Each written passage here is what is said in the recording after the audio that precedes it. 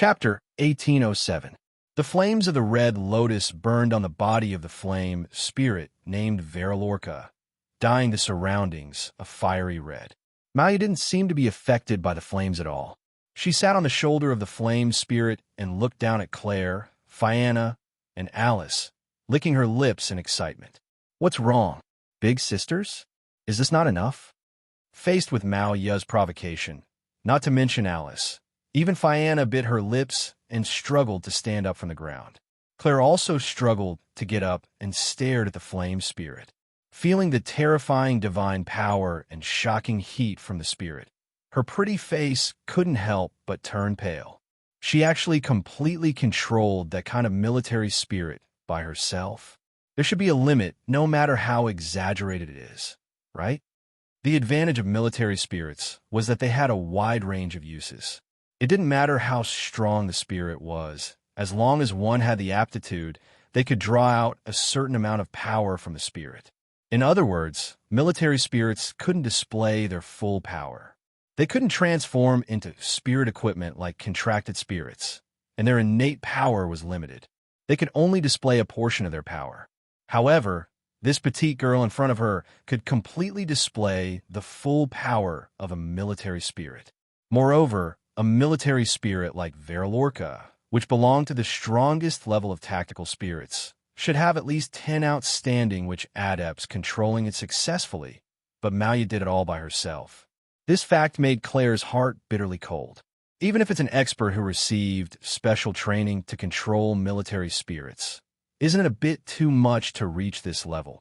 The one who responded to Claire wasn't Maya, but Lily, who stood to the side and quietly watched the development of the situation. Maya has an innate ability. She can display the spirit's power to the limit and forcibly squeeze out all of the spirit's power, Lily said coldly. Although that will make the sprites that Maya touches go berserk and even be destroyed in the end, Maya can already control this ability to a certain extent by transplanting the spell seal. Not only can Maya use a high-grade military sprite alone, but she can also use all the power of the military sprite. As long as Maya has a military sprite in her hand, you won't have any chance of winning. Even if I don't have any else to use, Maya won't lose to these useless big sisters, Maya pouted, then raised her hand that was branded with the spell and giggled.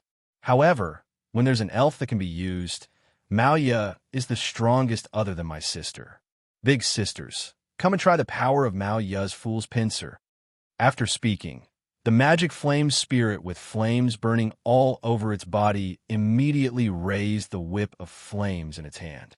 Amidst a sharp whistling sound, it heavily swung down in the direction of the group of young girls. Bang! The heavy flame whip once again smashed into the ground, turning the ground into a fiery red like steel that had been calcined. At the same time, it stirred up violent winds and magma-like rock fragments, exploding into the air. Ah! The group of young girls suddenly let out sorrowful cries and were blown away again. However, this time, Alice reacted and waved the magic device in her hand. Wind, blow to your heart's content.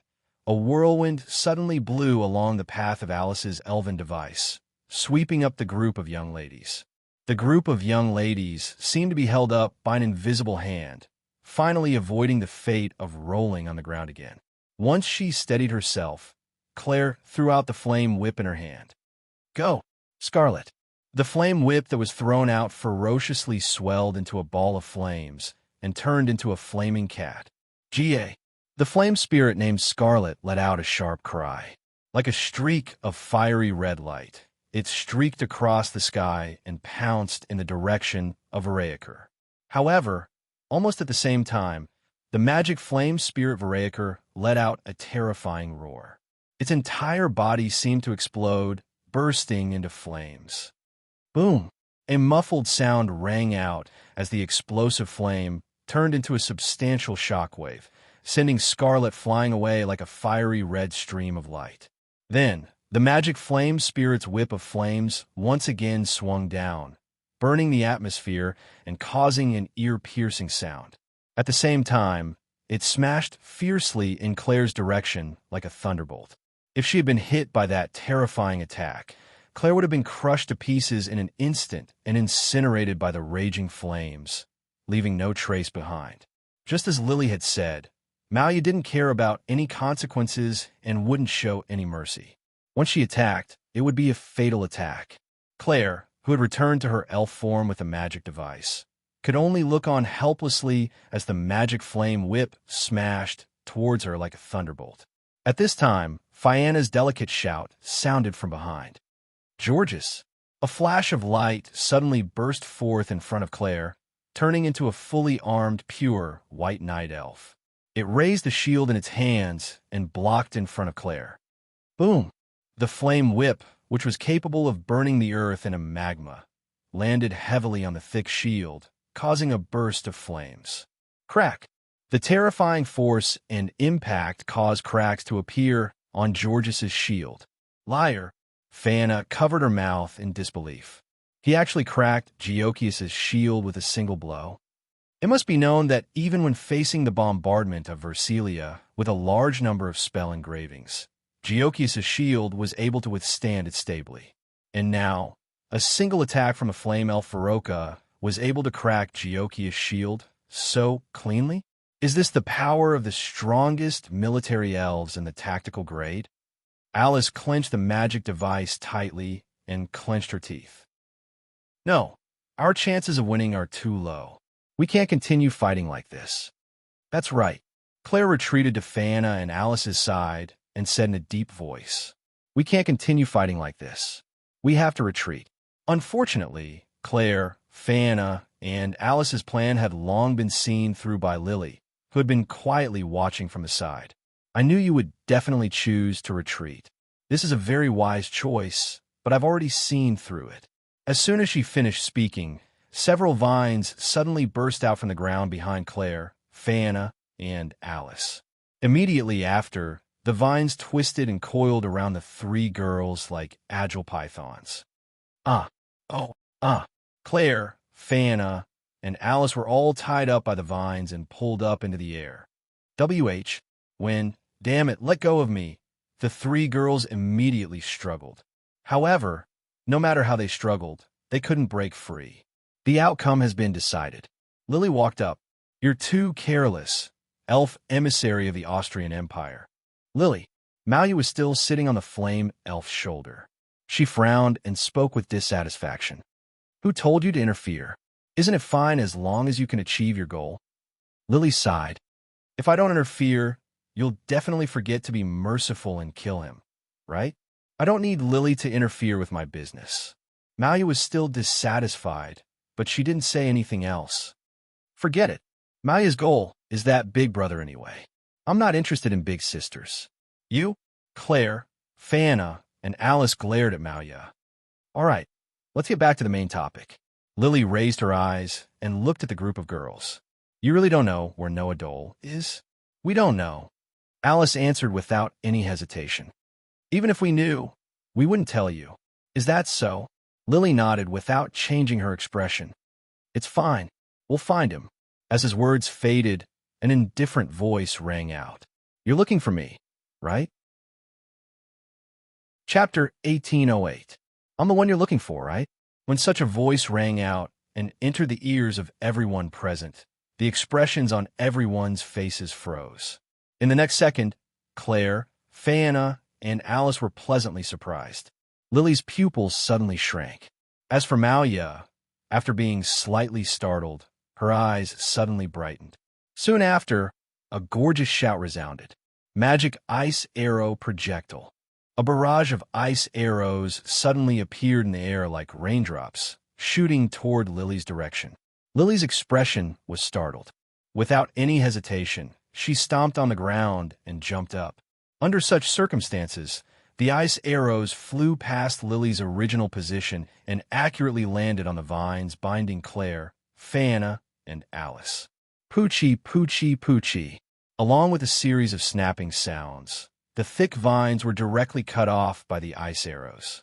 Claire, Fianna, and Alice immediately fell from midair. Fianna fell on her, but on the ground. It was so painful that tears almost flowed out of her eyes. On the other hand, Claire and Alice stumbled to the ground and raised their heads, looking in the direction the ice arrows had come from. There, holding an ice bow, Lindsley stood on the top of the building. She combed her hair and had a confident smile on her face. "Looks like we made it in time." "Lindsley." Alice was pleasantly surprised once again. "Undoubtedly, that idiot is an archer. Why is she standing in such a conspicuous place?" Claire complained. Lily, who had dodged Lindsley's arrow with a leap, realized that she had been tricked. Lindsley's goal from the beginning wasn't to deal with Lily, but to help Claire, Fana, and Alice out of their predicament. However, that kind of thing was no longer important. Lily gripped the dagger in her hand and shouted with a dignified expression, "Noah Dole, since you're here, then come out." Everyone suddenly fell silent. After a while, Lily's pointy ears twitched slightly. She abruptly turned her head and looked in a direction. Noah appeared beside Claire, Fana, and Alice and helped Fana up. "Are you okay?" Noah asked. "I'm fine." Fana rubbed her butt and smiled bitterly. "But it was dangerous. Why are you here?" Claire hurriedly trotted over. "Didn't we agree to act separately? It's a long story." Noah handed Fana over to Claire. "Fortunately, I'm here. Otherwise, you would have all been eliminated. Their target seems to be you, not us." Alice also came over and said with an annoyed expression, "They just want to capture us." Fana said. "Is that so?" Noah nodded. "Got it." After saying that, Noah turned his gaze and glanced at Lily, who was looking at him with a guarded expression. Then he looked at Malia, who was sitting on the shoulder of the magic flame elf. "I finally meet you, big brother." Malia's smile was very sweet. "Malia's been looking for you for a long time." Noah didn't reply. He just took a step forward and arrived in front of Claire, Fana, and Alice. He looked at Malia, who was smiling very sweetly, and said with an indifferent expression, "You were in such a hurry to find me because of Lillian Subble, right?" "That's right." Malia's smile was still on her face, but her eyes became a bit dim. "Who told Big Brother to keep pestering Big Sister?" "Malia had no choice but to kill you." Claire, Fana, Alice, and even Lindley in the distance trembled slightly. Undoubtedly, Malia was younger than anyone present. She was only 1 year older than Mira, who was rated as the youngest participant of this year's Elven Sword Dance Festival. Her tone was also very innocent, but it gave people an indescribable feeling of terror. Clearly, Malia sounded like a child joking. Every time she opened her mouth, she would kill. She was completely serious. Yet, this girl had the strength to start a massacre. Under such circumstances, the feeling of terror that Malia gave people was very unusual. This was also the reason why Malia was called a monster in the teaching academy. She was younger than anyone else, but she had killed more people than anyone else. She had no concept of good and evil. She could take someone's life with a single thought. It was really too terrifying. Therefore, even Lily, who had always been by her side, was very afraid of Malia. However, this wasn't the first time Noah had met this type of person. Thus, Malia's innocent and cruel appearance made Noah think of Ilya. When they met for the first time, Noah felt that Malia was very similar to Ilya. Not in terms of appearance, but in terms of the concept of good and evil. For these two children, killing someone was just a matter of a thought. They only needed a small reason. However, that wasn't a reason for Malia to casually kill her companions. "Want to kill me?" Noah nodded calmly. "Then come." That extremely calm appearance gave everyone present a feeling. Noah didn't see Malia as a threat at all. Big Brother seems to look down on Malia. The smile on Malia's face finally disappeared. Her immature but cute face seemed to be covered in a shadow, becoming expressionless. "Since it's like this, then you can go die." The rune on the back of Malia's hand suddenly blossomed with a dazzling bloody light. Roar, roar, roar, roar. The demonic flame spirit holding the flame whip suddenly roared crazily.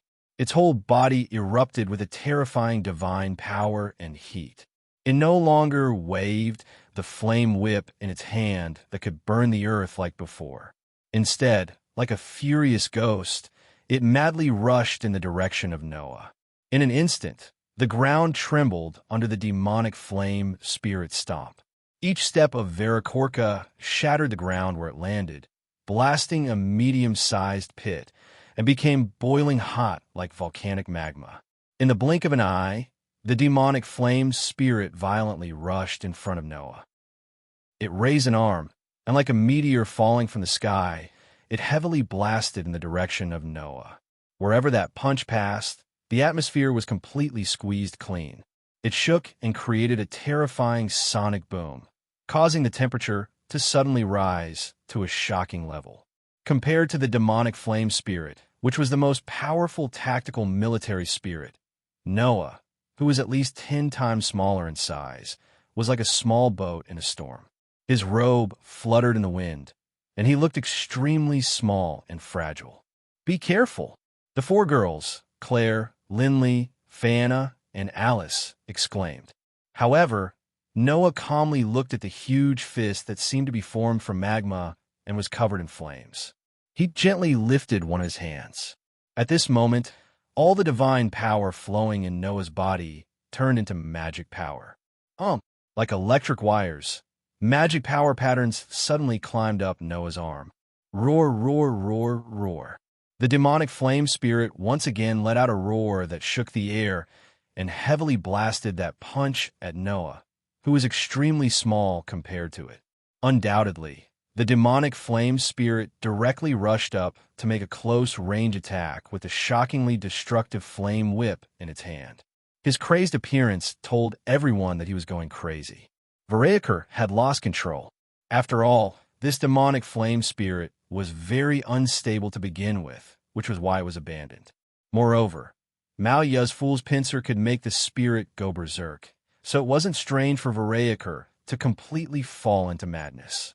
And this berserk state caused Verakorka's power to increase exponentially. A simple punch could probably even match a demon god-level sprite. However, at this moment, Noah finally moved. His fist, which was covered with magic patterns like electric wires, blasted out without any fancy moves. Bang! Along with a muffled explosion, the demonic flame spirit Verakorka, who enjoyed the reputation of being the most powerful of the tactical grade and was even sent to the front lines to fight during the Elven War, suddenly exploded into a pile of fragments. Chapter 1809. Bang! Bang! Bang! Bang! Bang!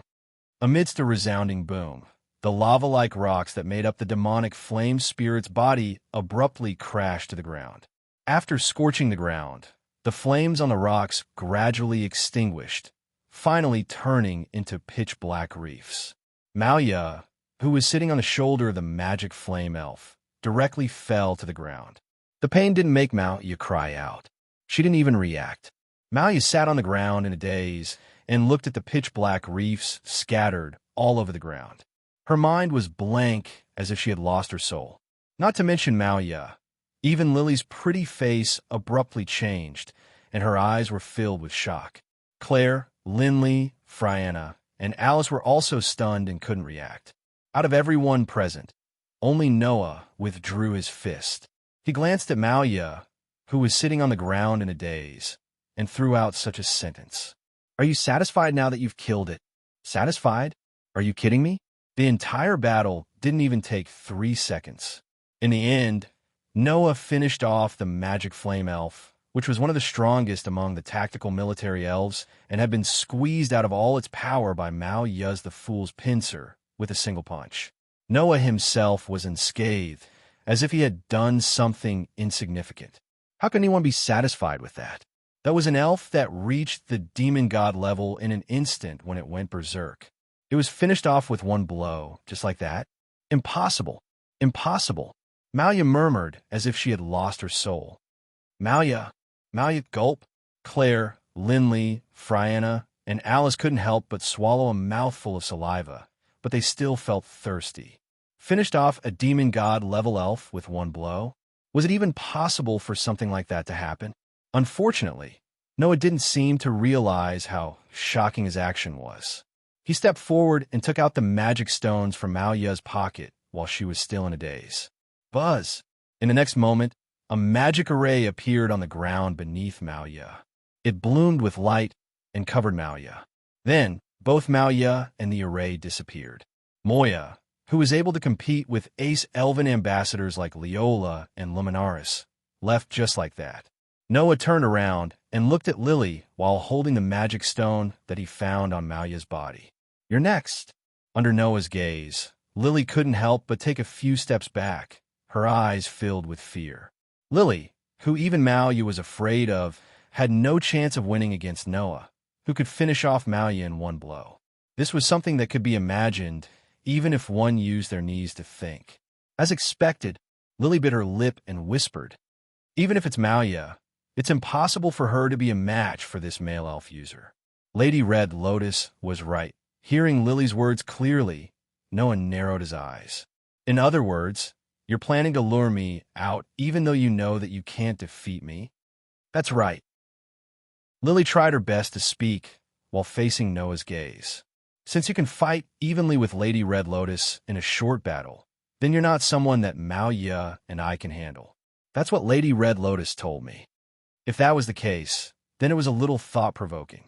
Why did Lily want to lure Noah out when she knew that she couldn't defeat Noah? Maoya was just a child who didn't even have a concept of good and evil. It wasn't strange for her to blindly find Noah. However, Lily seemed to be very mature and wouldn't do such an unwise thing. In the end, Lily still did it. Under such circumstances, Noah could only think of one reason. "So that's how it is," Noah muttered to himself. "That Lady Red Lotus told you to find me, right?" Lily's eyes trembled, and even her expression changed. Obviously, Noah was right. "Speak," Noah asked straightforwardly. "Why did Lady Red Lotus ask you to find me?" Lily fell silent. After a while, Lily looked up at Noah and said, "Don't worry, Mr. Noah. Lady Red Lotus wants to see you." Noah raised an eyebrow and smiled. "In other words, you're just here to lead the way?" "Yes." Lily had a bitter look on her face. "This is the task that Lady Red Lotus entrusted to me." Noah fell silent, as if he was thinking about something. He tossed the magic stone in his hand up and down, which made Lily's heart skip a beat. Soon, Noah nodded. "I understand. Tell me where Lady Red Lotus is, and I'll go there myself." "Go there yourself?" Lily was stunned. "I've seen the map of this abandoned city in the library of the Holy Region. Just tell me the location." Noah glanced at Lily. "Then, you can leave." With that, Lily's fate was decided. Lily opened her mouth as if she wanted to say something. However, Noah's half-smile made Lily swallow her words. Perhaps Lily didn't expect Noah to be so domineering that he disrupted Lady Red Lotus's plan for her. But who asked Lily to attack Claire, Viviana, and Alice? Therefore, Noah had no reason to keep this girl from the Elfie clan. Understanding this, Lily could only nod her head. A minute later, a magic array for teleportation appeared on the ground below Lily, and she disappeared just like Maoya. Only then did the group of girls realize what happened. Noah walked in front of them and suddenly said, "Lady Red Lotus, I'll meet up with Lady Red Lotus. I'm going to meet that Red Lotus. The four of you will act together as per the plan we set out earlier." The group of girls was stunned. In the end, it was Claire who understood Noah's intentions beforehand. "You want to meet Lady Red Lotus alone?" Claire frowned. "Isn't that too risky?" "Yeah." Alice agreed. "That might be a trap." "I think so too," Viviana said quickly. "It's better if you don't go. Even if we're going, we should go together." Lily looked straight at Noah. "There's no reason for you to go alone." The group of girls' concerns weren't wrong. Lady Red Lotus, who didn't have any interaction with Noah, suddenly sent Lily to find him and didn't hesitate to use Noah's team members to lure him out. No matter how they thought about it, it couldn't be that she just wanted a duel with Noah. If it was Leola, it would be possible. But if it was Lady Red Lotus, no one would believe that dangerous person would go through so much trouble just for a duel. Since that was the case, they could only think of a banquet at Hongmen. No one would want to be like Xiang Yu, who knew that it was a banquet at Hongmen, but still happily participated. Unfortunately, Noah wasn't one of them. "You don't have to worry about me. I know what I'm doing." Noah smiled slightly. "It just so happens that I have some things I want to verify with Lady Red Lotus. It might not be a bad thing to go." Claire, Linley, Viviana, and Alice looked at each other and opened their mouths in unison. However, before the group of girls had a chance to speak, Noah said, "You don't have to come with me. Not only would that be a waste of time, but if it really is a trap, I can still escape unscathed. If you guys come, then it might not be so." The girls were immediately speechless. After all, Noah's strength was something that was obvious to all. Even Malia, who was comparable to an ace player, was cleanly defeated by Noah. If Noah really wanted to escape, the girls believed that even Lady Red Asubble wouldn't be able to stop him. If the girls were to follow him, they might really make Noah cower in fear and be unable to unleash his full potential. Since that was the case, the best way was undoubtedly to follow the plan they had agreed on before and act separately. If the four of you are together, other than Lady Red Asubble, even an ace player won't be able to do anything to you, Noah said. So, leave Lady Red Lotus to me. The girls were silent for a while.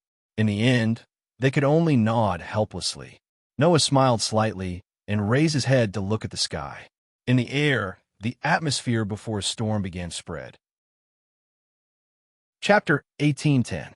With the passage of time, the moonlit night gradually turned darker and darker. In the abandoned city, a large number of magical fairies were still active, making the ancient city seem livelier than it was during the day. Vaguely, the elven messengers hiding in the corners of the abandoned city could even hear roars full of resentment, which made them feel terrified. Those roars were either the cries of violent magical fairies or the cries of undead crippled elves. In such a city, the elven envoys from the Ordesian Empire, the Alpha Theocracy, the Holy Tuya Kingdom, and the Draconic Duchy of Draconia were still playing games with each other, performing a wonderful elven sword dance. Gradually, the gloomy and lively atmosphere in the abandoned city began to fade. The magical fairies began to conceal themselves. The crippled elves gradually disappeared on the spot. The sky gradually regained its light, and dawn had already arrived. However, even though dawn had arrived, the sky was still overcast, as if it was a gloomy day. It seemed a little lifeless. Although, at a time like this, even if there's good weather, I won't be happy. With such a feeling, Noah walked on a vast but somewhat dilapidated street without stopping. Noah's destination was the center of the abandoned city. There was a very grand sacred hall there. It was said that in the past, before the abandoned city was baptized by the Elven War, the elves who built this city used to worship the Elven King. Now, after thousands of years, the Elven War had turned this city into ruins, but the sacred hall was barely preserved. It could be considered a miracle. Of course, after so many years, the sacred hall had already become a place of historical interest. However, the most mysterious elven messengers of the Elven Sword Dance Festival were there, waiting for Noah's arrival. Whoosh! The gloomy and cold wind blew across the entire street, stirring up a cloud of dust and making the vision a little hazy. After 10 minutes, Noah finally arrived in front of the sacred hall, braving the cold wind. Without any hesitation, Noah reached out his hand and forcefully pushed open the door of the sacred hall. Clack! With a heavy, rusty sound, the door that was 2 or 3 times taller than Noah opened with difficulty. Walking into the sacred hall, Noah was presented with an extremely vast hall. In the center of the hall, a girl wearing a military uniform of the Alphys Empire and a ghost-like mask on her face had her back facing Noah. She was like a statue, not moving at all. Looking at that figure, Noah stopped in his tracks. It was only then that Red Lotus seemed to wake up from her nap and raised her head. "Are they here?" If Lotus' voice was as elegant as a breeze, then Red Lotus' voice was as cold and heavy as a king's. Only those who had seen true despair and hell could make such a sound. Noah did not know what kind of despair and hell Red Lotus had seen. However, at least in Noah's memory, this person had brought unimaginable hell and despair to others. Thus, Noah said faintly, "Should I continue to call you Red Lotus? Or should I call you by your real name?" With just one sentence, the already heavy atmosphere seemed to have been filled with lead to the point where it was difficult to even breathe. Red Lotus turned around and looked at Noah. Her voice seemed even colder than before. "So that's how it is. Have you noticed my real identity? Because Lotus once told me that you seem to have some relationship with Claire and Fayana. Noah continued as if he did not feel the coldness in Red Lotus' voice. However, ever since the Fire Elf King unleashed a great fire on the entire Olesia Empire 4 years ago in a fit of rage, the Elstian family that Claire belonged to was stripped of their noble title.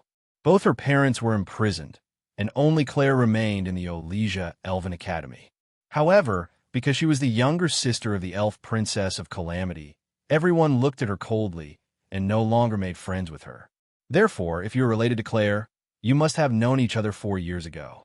As for Fayana, she was called the Lost Elf Concubine because she lost her contract with an elf. That was also 4 years ago. Noah said, after that, Fayana's treatment was almost the same as Claire's. If you're related to Fayana, then it could only be 4 years ago. Since you were related to Claire and Fayana before their downfall, and at such a special time 4 years ago, I believe that no matter who it is, they will first think of one person. Noah glanced at Red Lotus. That is the elf concubine of Calamity who betrayed the Fire Elf King 4 years ago and stole the most powerful flame elf from the Fire Elf King's temple, causing the entire Alphys Empire to suffer a calamity. Red Lotus fell silent. However, the atmosphere around her began to change, making the air even heavier. Noah looked at Red Lotus, who remained silent, and continued with a smile. In addition to Lotus, before the start of the Elven Sword Dance Festival, Losti also told me that among the Purgatory Apostles, there was another person as terrifying as Lotus. Moreover, this person seemed to have formed a contract with a mythical elf. This was undoubtedly another hint. Because of this, before the start of the finals, I even hid in the library of the Holy Realm and thoroughly searched for information. In the end, I confirmed one thing. Noah looked straight at Red Lotus. 4 years ago, the elf concubine of Calamity took away the most powerful flame elf from the Fire Elf King's temple. It was a mythical elf that was defeated by the 5 elf kings in the Elven War and was sealed in the Fire Elf King's temple. You have a deep relationship with Claire and Viviana, who didn't lose everything 4 years ago. You also have a mythical elf that won't enter the human world and form a contract with humans. In addition, your aura is so scorching. It's obvious that your elf attribute is the fire attribute. With so many hints, can't we confirm your true identity? Noah's voice echoed clearly in the entire space. The elf concubine of Calamity, Rubia Elstian. As soon as she finished speaking, boom! In the sound of an explosion, an extremely terrifying flame burned fiercely on Red Lotus' body and turned into a wave of fire that violently surged in all directions. Suddenly, the entire holy church seemed to be burning and turned into a sea of fire. The heat in the air rose to an extremely terrifying level. The billowing heat wave was already comparable to Naz, who had once used the power of Fire Dragon King Egnir. In the center of this sea of fire, Red Lotus' waist-length black hair, bathed in flames, began to burn. The flames didn't burn Hong Lian's hair. Instead, Hong Lian's waist-length hair gradually turned a fiery red from top to bottom as the flames continued to burn. That hair color was exactly the same as Claire's. Then, Hong Lian's cold voice rang out. I didn't expect that in addition to strength, you also have such a degree of wisdom. Saying this, Red Lotus reached out and took off the mask on her face. It was a pretty face that was breathtakingly beautiful. It was somewhat similar to Claire's appearance, but more mature, adding a bit of charm out of nowhere. However, on that face, there was a coldness that Claire didn't have. Red Lotus, who no longer hid her appearance, threw the mask in her hand. Her waist-length fiery red hair rose and fell with the rolling waves of fire. A pair of ruby-like eyes stared straight at Noah. As expected, your ability is as outstanding as Leanna Subble said. It even exceeded my expectations. How interesting, Red Lotus said. No, her name wasn't Red Lotus. She was Claire's biological sister and Friana Sr. in the Gods' Parliament. She had interacted with both Claire and Friana like sisters. Rubia Elstian, the elf concubine of Calamity. That was the girl's true identity. Claire definitely didn't expect it, right? The person she wanted to meet at the Elven Sword Dance Festival had already appeared on the same stage as her. Chapter 1811. The flames of the Red Lotus were still burning in the spacious hall, causing the heat waves to reverberate in the air like invisible waves. At this moment, Rubia Elstian was like the master of the flames. She was bathed in the sea of flames of the Red Lotus. Her gaze was as sharp as a blade as it fell on Noah's body. Facing Rubia's sharp gaze and feeling the shocking heat emitted by the sea of flames, Noah knew that the Elf of Calamity didn't make such a big commotion for show. Instead, she wanted to disperse the wandering spirits of the divine ceremonial court. Otherwise, the spirits of the divine ceremonial court would transmit what was happening here to the great sacrificial hall and let everyone know the true identity of the Red Lotus.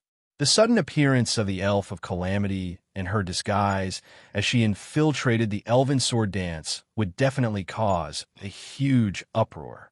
At that time, the people of the Divine Ceremonial Court and the Ordesian Empire would most likely break into the Elven Sword Dance and capture Rubia. That was why Rubia summoned this sea of flames the moment Noah revealed her true identity. Her purpose was to disperse the surrounding spirits of the Divine Ceremonial Court. Therefore, apart from Noah and Rubia, no one would know what was happening here. However, that was exactly what Noah wanted. After all, what Noah wanted to ask next was not something that should be known by unrelated people. I have a question. Noah met Rubia's sharp gaze and said, "No, to be exact, it should be 2 questions." 2 questions? Rubia's red eyes flickered slightly. "I thought you would only ask me why I am here." "That is indeed one of the questions," Noah said calmly. "Compared to why you are here, the other question is more important to me." "Is that so?" Rubia said indifferently. "It doesn't matter. I have my own reasons for asking you here. Before that, I will listen to your questions. Then, please answer me." Noah's gaze was fixed on Rubia. "What is your relationship with the Saintess of Salvation, Alicia Edith?" Rubia's pair of red eyes suddenly rippled. "Don't tell me you have nothing to do with the Saintess of Salvation." Noah stared at Rubia. "If you're really interested in me, then you should have investigated me. I believe you know about the relationship between my contracted sprite and the Saintess of Salvation, right?" Just as he finished speaking, the elven mark on the back of Noah's hand blossomed with a brilliant light. Within the light, Aster's figure slowly appeared. A pair of mysterious eyes stared at Rubia. "I can sense Alicia's aura on you," Aster said, staring at Rubia. "Although it's very weak, it's definitely the same aura as Alicia's. I'm sure of it." Hearing this, Rubia glanced at Aster, but her voice did not waver. "So that's how it is. Because you felt the aura of the Saintess on me, you thought I was related to her? There's no harm in telling you." Rubia's tone was extremely indifferent. "I do have an inextricable relationship with the former Saintess of Salvation." When this sentence came out of Rubia's mouth, Noah could clearly feel Aster's uneasiness. Then, Rubia's next sentence completely messed up Aster's heart. "If you want to know why, it's just like how Rendezvous inherited the power of the Demon King. I also inherited the power of the Saintess. If Rendezvous is the reincarnation of the Demon King, then I am the reincarnation of the Saintess." This sentence shocked Noah. Aster's entire body trembled. His eyes were filled with an intense emotion that had never been seen before. You're lying." Aster's voice trembled. "The Demon King can be reincarnated because the original form of the Demon King's power is the power of the Dark Elf King. Before the Dark Elf King disappeared, he reincarnated his power into a human body. That's how the Demon King appeared. Alicia is just an ordinary human. How could she reincarnate her power?" "Ordinary human," Rubia sarcastically said. "If the Saintess of Salvation was really an ordinary human, how could she have the power to annihilate the Demon King?" Aster was stunned. "What do you mean by that?" Noah asked in an interrogative manner. "Could it be that the Saintess of Salvation isn't an ordinary human?" "That's right," Rubia said without hesitation. "The Saintess of Salvation isn't an ordinary human. An ordinary human wouldn't be able to fight against the Demon King. Even if this human formed a contract with the Elf King, who was feared by the Elf King. She wouldn't be able to unleash the power of the Elf King. Mythical grade elves were known as transcendent existences that couldn't form contracts with humans. After all, the more powerful the elf, the greater the restrictions on its use of power. Ritual elves like the Sage Monarch division couldn't be used without spending a lot of time to summon them. The restrictions on the usage of mythical grade elves were even more shocking. It was so great that it exceeded the limits of what humans could bear. Generally speaking, such elves wouldn't be able to form contracts with humans. Under such circumstances, Aster, whose power was even greater than that of a mythical grade elf, had to pay the price of forming a contract with him. Not only did he have to pay the price of the contractor's life, but he also had to die from the curse. That kind of consumption, even the elven concubines who are said to have the greatest amount of divine energy and serve the 5 elven kings, can't last more than a few minutes. If you want to unleash the power of the Elf King, you won't even last a moment. Lubia didn't even look at Aster. It was as if she was talking about someone else. If that's the case, how could an ordinary human girl unleash the power of the strongest sword elf without any flaws? How could she annihilate the demon king who inherited the power of the dark elf king? Then what kind of person is Alicia?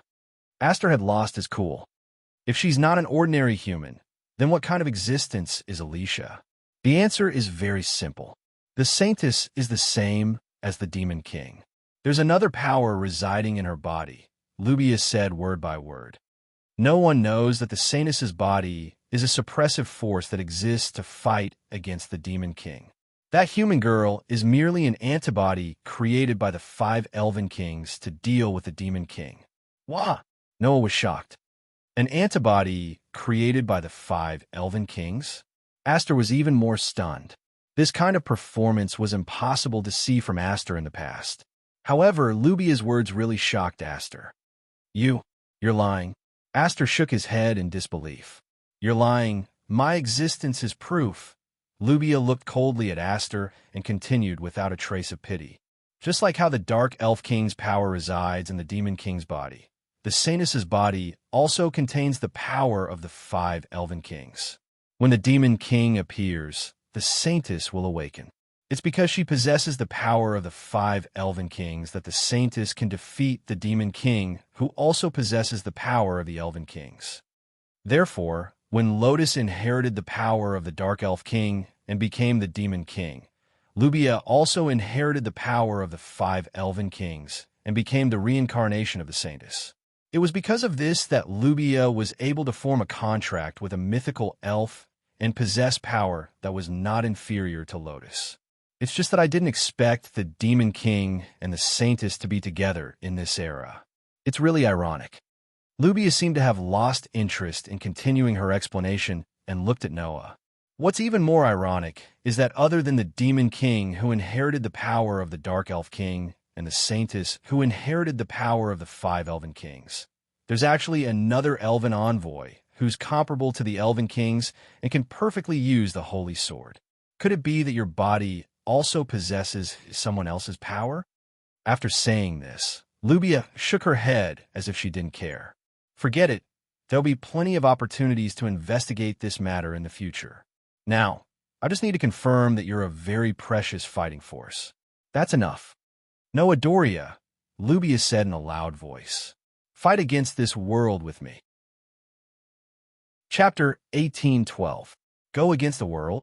Noah raised his head. Looking at Rubia's cold expression, Noah did not think that the current Saintess was joking. In other words, Rubia was completely serious about going against the world. Could that be Rubia's goal? Did Rubia participate in the Elven Sword Dance Festival to go against the world? What was her goal? As if she knew the question in Noah's mind, Rubia spoke directly. The way this world exists is wrong. The 5 Elven Kings control the world and bring blessings to the world. The system that governs the human world and the elemental world is no longer suitable for this world. Therefore, I must put this world on the right track. When she said this, Rubia's tone was more serious than ever. However, Noah still frowned. What does that mean? It's just what it means on the surface. Rubia's eyes flashed with a terrifying light. Everything in this world relies on the power of the elven kings to survive. Such a world is undoubtedly wrong. When there is dependence, there will be conflict. No one knows when the elven kings who maintain the existence of this world will destroy it. When that time comes, the humans who can only rely on the elven kings to survive will be destroyed along with the world. They will not be able to fight back at all. Therefore, we must rise up and fight. Rubia's voice was unprecedentedly loud. For the future of this world, we must pull down the elven kings who control the life and death of this world from their pedestal. The shocking speech caused Noah's eyes to suddenly narrow, and a feeling of bewilderment emerged in his heart. Is this why you betrayed the elven kings and came to participate in the elven sword dance festival? Noah asked with great uncertainty. To take back the control of the world from the elven kings? That's right. Rubia spoke decisively. The fate of the world should not be in the hands of the elven kings. My goal is to take back the world from the elven kings, destroy the elven kings, and create a world where elves do not exist. Rubia had finally said something that was not allowed to exist in this world. Destroy the elven kings and create a world where elves do not exist. That was Rubia's goal. However, this goal was simply unimaginable. Are you crazy? Noah's brows furrowed deeply. Everything in this world is maintained by the power of the elves. If the power of the elves disappears, don't tell me you don't know what will happen. Just like in a world of fairy's tale, where magic was important to humans, the power of fairies in this world was incomparably important. Without the power of fire, people would not be able to start a fire. Without the power of water, the water source would dry up. Without the power of the earth, the continent would not be able to maintain its stability and would most likely fall apart. Without the power of the wind would disappear from this world and never appear again. And these powers all came from the fairies. To be more precise, it was the elf king who ruled over the elements of the entire world. Once the elven king was eliminated, the above calamities would appear. At that time, the elves who relied on the power of the elements to survive would die, and the elven world, which was formed by the elements, might be destroyed. The human world would also usher in unimaginable changes. This kind of thing was too late for people to avoid, but there was actually someone who took the initiative to create it. That was simply a joke. It was too much. However, Rubia was not joking from start to finish. The truth is often the cruelest. You can't understand the helplessness and despair when you learn the cruelest truth, Rubia said in a low voice. Noah Doria, you have the power to know the truth. So, come with me. As long as we combine our power, even if our opponents are the gods who rule this world, we can still defeat them. Noah immediately fell silent. Only now did Noah have a feeling. The elf concubine who was known as the Calamity betrayed the elf king and brought unimaginable disaster to the kingdom of Osea. She was hated by countless people. Perhaps she knew a secret that ordinary people could not imagine. That secret caused her to betray the elf king. Even if she became a sinner of the human race, she would not hesitate. Claire's wish to participate in the elven sword dance was to find out the truth behind Rubia's betrayal of the elf king. Perhaps that hot-tempered young miss had never believed that her elder sister would actually become a person who committed such a heinous crime. Based on the current situation, Claire's idea might be correct. Behind Rubia's betrayal of the elf king, there was an unknown truth. Otherwise, as the saintess, Rubia had no reason to betray the 5 elf kings who were the source of her power. Thus Noah spoke. Does Lotus also know about this and plan to act with you? That demon king does know the truth. Rubia paused for a moment and then said expressionlessly, in a sense, we have the same goal, but the methods we use are different. I want to destroy the elf king and create a world without elves. I want to free the world from the control of the elf kings, Rubia said softly. But Lotus Asubble wants to save the Elf King and free the world from the threat of the Mad Elf King. Mad Elf King. Noah's eyes narrowed. What does that mean? You don't need to know now. Rubia looked at Noah. If you want to know the truth, then come with me. Lend me your power, and I will tell you everything. The atmosphere in the air suddenly became extremely uncomfortable. Noah's eyebrows furrowed deeper and deeper. He really felt that he had fallen into a huge whirlpool, and that whirlpool was almost completely connected to the life and death of this world. Just as Noah was deep in thought, a slender little hand was stuffed into his palm. "Master." Aster raised his head and looked at Noah. His eyes were filled with uneasiness that had never been seen before.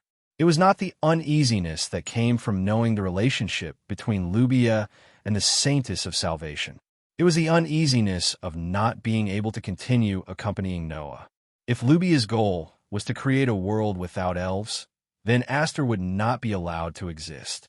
If Noah agreed to act with Lubia, it meant that Noah would give up on Aster. Aster was still uneasy about this. Seeing Aster like this, Noah's heart calmed down. He reached out his hand and patted Aster's head to comfort him. At the same time, he turned his gaze to Lubia. However, in the next second, Noah and Lubia's expression froze. They turned their heads and looked at the entrance of the hall. There, a girl wearing an exotic costume that looked like a witch's costume and holding a pitch-black magic sword walked in with powerful footsteps. She ignored the burning flames around her and slowly walked in. TSK. Lubia was speechless. "You really came, Demon King." The one who came was Rendezvous. "Because I know that you will not let go of any cards that can be used to achieve your goal." Ren stepped on the flames and walked in step by step. "A power that can fight against the Elven King is too important for you. Who wants to destroy the Elven King? That's why you did not hesitate to let me, who has different expectations from you, to join you. You will not let such an excellent combatant like Noah Dole slip away before your eyes. You will definitely meet him." "So, you have been spying on me all this time?" Lubia said sarcastically. "As expected of the Demon King. Didn't you also ask Lily to spy on me?" Ren's face was calm. "We are in the same boat, Saintess." Obviously, just like what Lubia said, Ren knew everything. Ren is subtle.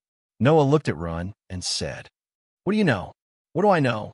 "That's something I need to worry about in the future." Lotus turned her gaze to Noah, a strong will surging in her eyes. "Before that, let's settle the matter between us." Dense darkness surged from Ren's body like a storm. Chapter 18:13. Wong. Amidst the buzzing sound, the thick darkness that surged from Lotus' body turned into a frenzied airflow and poured into her body. At this moment, Lotus converted all the dark elemental energy under her control into divine aura, causing the phosphorescent light source to fluctuate from her body and turn into a gust of wind that swept in all directions. Holding the Vorpal sword in her hand, Lotus walked slowly toward Noah while emitting dense darkness and phosphorescent light. She did not even turn her head back as she spoke to Lubia. "According to our previous agreement, I can act with you, but when I fight Noah, you can't interfere. You haven't forgotten, right?" Lubia did not answer. Instead, after a moment of silence, she turned around and walked toward the burning sea of fire and gradually disappeared. Noah could feel that Lubia did not leave. However, just as Lotus said, Lubia clearly did not intend to interfere in the battle between Noah and Lotus. Noah took a deep breath and curled his lips into a smile as he looked at Lotus, who was slowly walking toward him. Her entire body was surging with an astonishing amount of divine power and dense darkness. "You really know how to pick the right time. I have a lot of questions waiting to be answered." "I know. That's why I have to fight you before you know the truth," Lotus said softly. "After all, when you know the truth, you may not have the strength to fight me." The reverse was the same. If Lotus did not solve the problem with Noah first, she would not have the strength to fulfill her wish. In that case, before that, the only choice was to fight Noah first. No matter the final outcome, one of us will bear all the burdens. Lotus pointed the demonic sword in her hand at Noah. "So let's fight here." Noah stared at Lotus. When he saw the clear determination in her eyes, he immediately understood what was going on. Today, if victory and defeat were not determined, Lotus would absolutely not give up. Understanding this, Noah took a deep breath and suppressed the many doubts in his heart. He turned his head and looked at Aster. "Aster, can you do it?" Her former master was not an ordinary human. Instead, It was created by the 5 elven kings to suppress the demon king. Moreover, the power of the saintess that originated from the 5 elven kings had now been inherited by Lubia, making her the saintess of this generation. Noah did not know how much this matter affected Aster. Hence, if Aster couldn't fight, Noah wouldn't force her to. Aster naturally understood what Noah meant, but she still spoke without hesitation. I am Master Sword. There's no reason why I can't. Hearing Aster's words, Noah nodded. Then I'll leave it to you, Aster. Yes. Aster's answered. Just like that, the two of them held each other's hands and gradually closed their eyes. In the next moment, Noah used the elven language to chant the contract. Cold Steel Queen, demon-slaying holy sword, turn into a steel sword and bestow me with divine power. A brilliant white light flashed from Aster's body, causing her body to turn into light particles and gather in Noah's hand. The elven magic device, named Demon Slayer, was tightly held in Noah's hand. The blade shone with a silver luster. Feeling the warmth from the Demon Slayer in his hand, Noah opened his eyes and looked in the direction of Lotus. 2 pairs of eyes met in midair, causing the atmosphere in the air to change abruptly. Swoosh! Without any warning, Lotus turned into a shadow and rushed towards Noah's direction.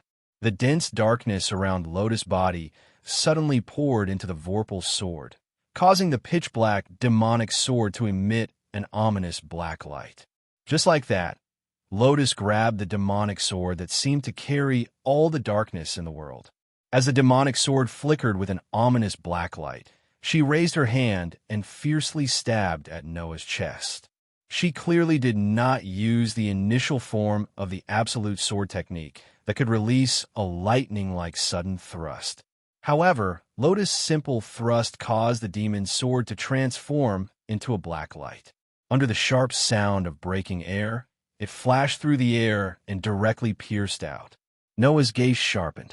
Without any hesitation, he raised the holy sword in his hand and suddenly raised it. Ding! Amidst a crisp sound, the sharp thrust that was like a flash of black light was suddenly deflected by the holy sword that was raised upwards. However, in the next moment, the demon sword that was repelled suddenly turned into a pitch-black lightning with an ominous black light. Absolute sword technique. Initial form, purple lightning. The initial form of the absolute sword technique that was not used at the beginning was actually used by Lotus at this time. Thus, the demon sword that had turned into an ominous black light suddenly stabbed towards Noah's chest with a speed that was more than 100 times faster than before. Noah's heart was fiercely shaken, and he suddenly saw the light. Lotus knew that if she had used the purple lightning at the beginning, she would not have been able to do anything to Noah. Therefore, this strongest sword dancer deliberately rushed forward at the beginning in order to resolutely launch the purple lightning at the moment Noah's attack was repelled. With such a fast attack at such a close distance, even Noah almost could not react in time. After he reacted, Noah, in an extremely short moment that was almost impossible to complete, swung his sword and blocked the holy sword in front of him. Ding! Another crisp sound reverberated in the air. The demon's sword that had violently pierced the holy sword in front of it burst forth with an extremely powerful force, heavily impacting it. Noah only felt his sword-wielding arm go numb, and his whole body was unexpectedly sent flying by the sudden attack. The soles of his feet rubbed against the ground, and he slid all the way back. In just a moment, Lotus's physical strength was so strong that she was able to repel Noah with one sword strike. However, that was to be expected. The absolute sword technique's sword dance consumed a large amount of divine might when used, and was used to temporarily strengthen the body. Therefore, until the end of using the absolute sword technique, the user's physical strength would be greatly improved. Using divine might to complement the sword technique, and then using divine might to strengthen the body to reach a transcendent realm, that was the mystery of the absolute sword technique. Because of this, before he lost his authority and ability value, and when his strength reached the peak, enough to be a tyrant in the box, Noah would also use the absolute sword technique. After all, the greater the divine might, the greater the power of the absolute sword technique. Moreover, the absolute sword technique's potential was very high, and when used by Noah, it was definitely enough to kill a god. Of course, after using the power of the Dark Elf King, Lotus, who also had an endless amount of divine might in her hands, and had the title of the strongest sword dancer, the absolute sword technique also became a terrifying technique. However, the hastily erected defense was easily disintegrated, and Noah was directly sent flying. At the same time, Lotus, who had sent Noah flying with a purple lightning, jumped high into the air, and her body surged with an even more dense divine might. Absolute sword technique. Form 2 meteor. Suddenly, Lotus, who had leaped into the air, turned into a meteor falling from the sky and swooped down like a thunderbolt, rubbing against the atmosphere and heavily slashing the elven device in her hands at the sliding Noah. Meteor was a derivative of purple lightning. In other words, the second form of the absolute sword technique also had a speed comparable to lightning. In addition, the divine might used was even greater, and with the advantage of falling from the sky, the power and speed of this attack was more than one level higher than purple lightning. However, unlike the first form of purple lightning, the second form of meteor had a way to deal with it.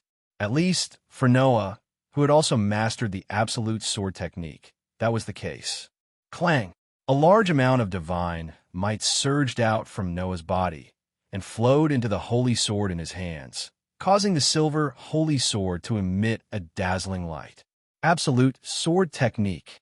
Form 7 biting dragon. The divine might that was poured into the holy sword turned into a spiral of energy and covered the entire sword body. Immediately, the silver holy sword that carried the spiral of energy flashed like lightning and welcomed the demon sword that was falling like a meteor.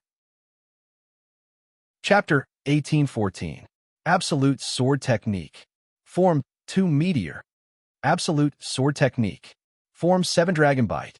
The demon sword flashing with an unknown black light, and the holy sword blooming with a dazzling white light flashed like lightning.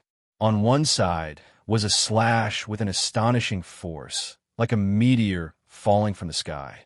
On the other side was a sword technique with a spiral-like strength, like a dragon soaring into the sky. The pitch-black demon sword and the silver holy sword both set off a frenzied airflow, fiercely colliding with each other. Clang! Steel collided with steel, and the sound of metal colliding turned into a violent gust of wind. It was as if an explosion had set off a shockwave, shaking in all directions. Pung! The ground at the center of the impact force collapsed like an avalanche, exploding in an instant. Kacha kacha kacha. Cracks like a spider web spread around the collapsed ground.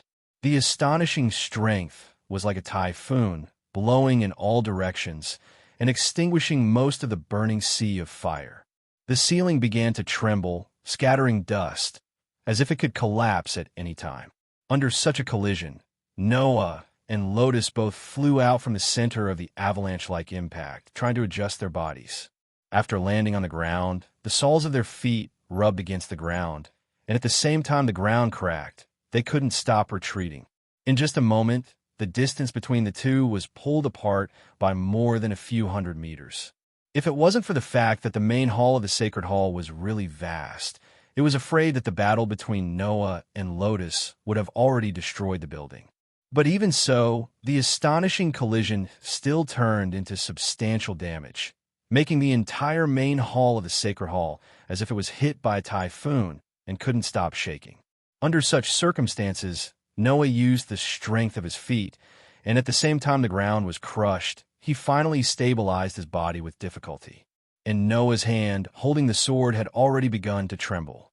Feeling the numbness and pain in his hand, Noah was really surprised. Undoubtedly, I've already used the dragon bite that's specifically used against the air, but there's still this level of power that can be used on me. Meteor was an airborne technique. Bite the Dragon was an aerial attack. In terms of effect, Noah, who had used the absolute sword skill, should have the upper hand without a doubt. In the end, Lotus's meteor still managed to affect Noah to this extent. One could well imagine how much divine might Lotus had used in that attack. Is this the power of the Dark Elf King? While Noah was still in shock, an air-breaking sound that was hidden in the impact wind that had not yet subsided faintly entered Noah's ears. Noah quickly raised his head and looked ahead. "Huff!" Lien shouted and once again rushed over explosively. The demon's sword in her hand was surging with black gas. It brought with it an intense darkness as it suddenly flashed past. Swish, swish, swish. In an instant, the sword light split apart, stirring up 3 strong winds that almost overlapped with each other as they flashed out. 3 pitch-black sword shadows cut through the sky, like 3 flashes of light, fiercely sweeping towards Noah's direction.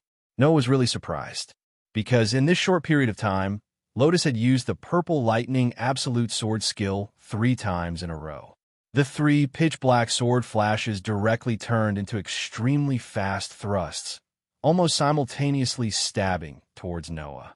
Those thrusts already faintly had the essence of Sasaki Kojiro's Swallow Return that Noah had seen in the world of Type Moon. In other words, those 3 consecutive purple lightning strikes at lightning speed impressively had a trace of the realm of magic. Since Lotus was able to use the absolute sword skill to this realm, it was really beyond Noah's expectations. Noah couldn't help but be surprised. At this critical moment, Noah suddenly gathered all the divine might under his feet, releasing it in one breath. Stepping on the explosive pressure, he retreated like a cannonball. Cheat! Those 3 flashes of thrusts, 2 of them brushed past Noah's ribs and side abdomen, directly landing in the air. However, the 3rd thrust solidly fell on Noah's shoulder. Poochie! In the tearing sound, the thrust pierced Noah's shoulder, allowing the pitch-black magic sword to sink into Noah's body. That pain directly turned into a mental impact, causing Noah's mind to be temporarily blank. However, at the same time, Noah's body began to heat up. Although he left his authority in the space between worlds to sublimate, Noah's constitution as a god-slayer still existed. And the god-slayer not only had the ability to resist curses, but also had the ability to stimulate power hundreds of times stronger than adrenaline when entering the battle state, allowing the god-slayer to fight beyond his limit. With this kind of constitution, once the god-slayer entered the battle state, no matter how bad the situation was, he would be able to unleash 100% of his combat power and become more and more courageous as he fought.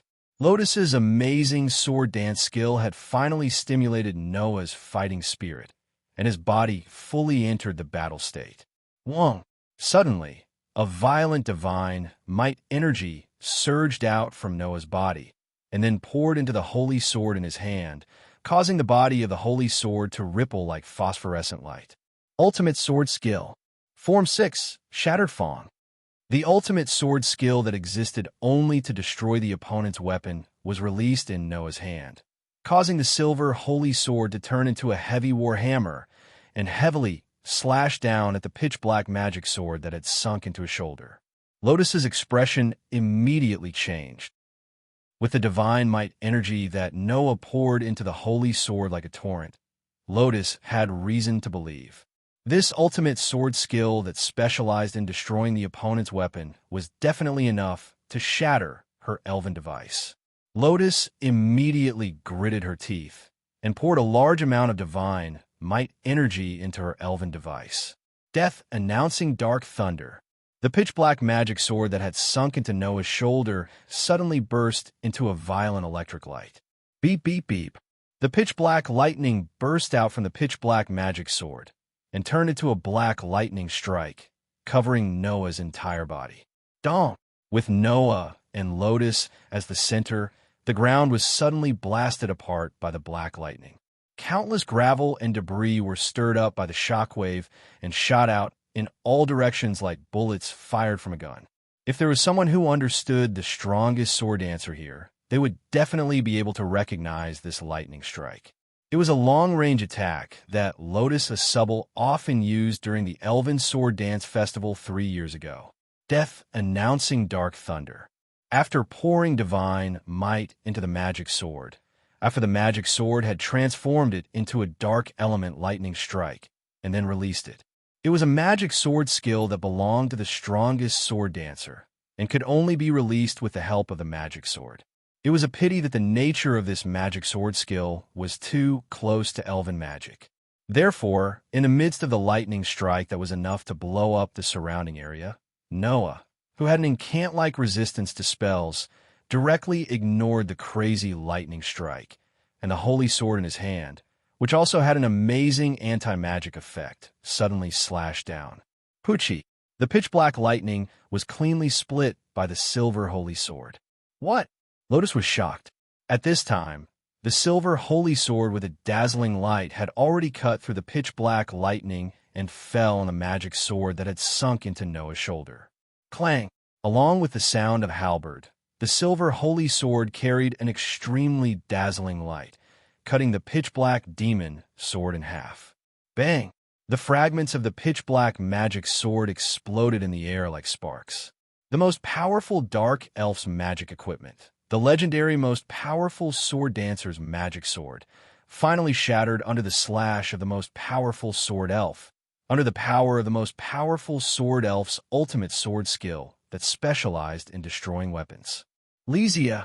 Lotus cried out in alarm. Immediately afterward, the silver holy sword rose up and pierced toward Lotus's direction. Ultimate sword skill. Primary form, purple lightning. The lightning-fast sword directly pierced through like a beam of light and landed heavily on Lotus's abdomen. Bang! Amidst the muffled sound, Lotus was sent flying like a rubber ball. Her entire body trembled as she was sent flying. After crashing into the ground, she continued to slide for a distance before finally coming to a stop. Chapter 18:15. The whole place suddenly went silent. With a poochie sound, Noah pulled out the shard of the black magic sword that was still in his shoulder and threw on the ground, making a clang sound. Huff! The pain from his shoulder made Noah gasp for breath. Then he raised his eyes and looked forward. Ugh! Lotus covered her abdomen. Feeling the pain from above, her delicate face was dripping with sweat. It was easy to imagine how much damage the two of them had suffered. This was the result of Noah and Lotus not materializing their elven devices and turning all the damage into mental attacks. If they had materialized their elven devices and turned them into real weapons, then there would have been a wound on their bodies, right? But even if that was the case, it didn't mean that the battle was over. Resisting the pain from her abdomen, Lotus struggled to get up from the ground, turned her eyes to Noah, met Noah's gaze, and raised one of her hands. Clang! A dazzling pitch-black light suddenly shone from the back of Lotus's raised hand, and an elven mark suddenly appeared. The elven mark burst out with black lightning.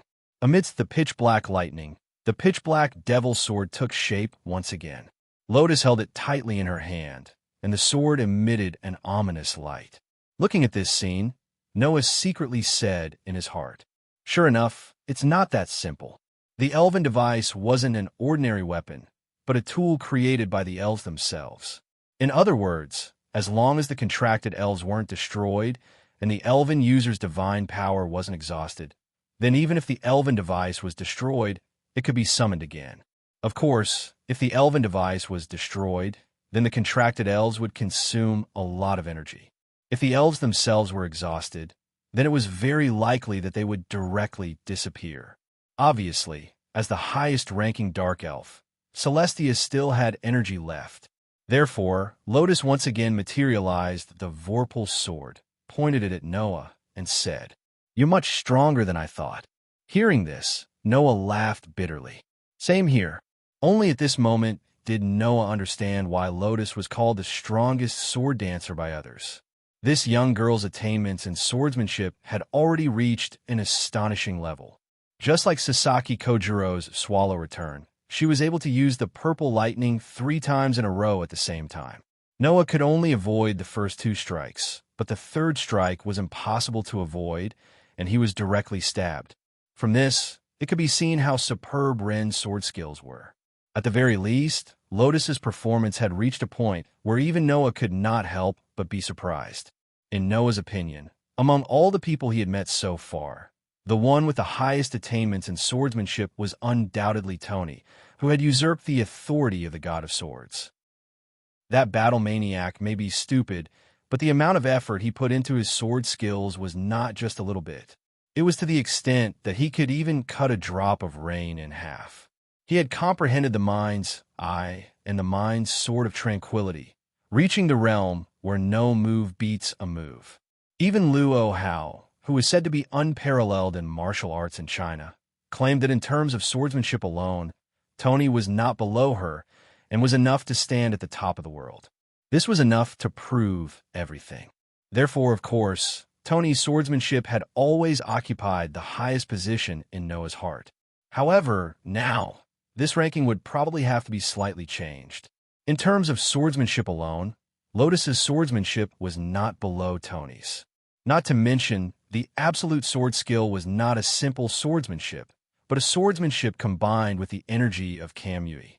The stronger the Kamui used, the stronger the power, and it could also strengthen the body while using it. In terms of swordsmanship, even Tony would have to kneel in front of Lotus, right? In this way, how could Noah not be surprised? However, this was far from the end. At least, as an elf envoy who came from the same sect, Noah knew that Lotus still had a trump card that she had not used yet. Thinking of this, Noah clenched the demon slayer and looked at Lotus with flickering eyes. It's time to determine the winner, right? This sentence also made Lotus's eyes flicker.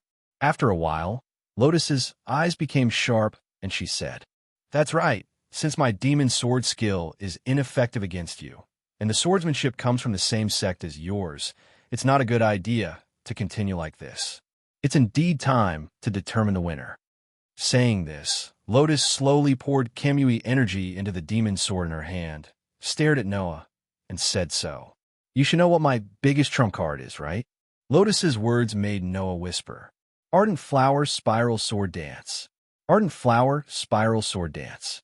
It was the 9th form of the ultimate sword dance technique, also known as form break. It was the most powerful technique among the ultimate sword techniques. After all, it was not a sword technique that was developed to deal with elf envoys, but a destructive sword technique used to defeat large elves.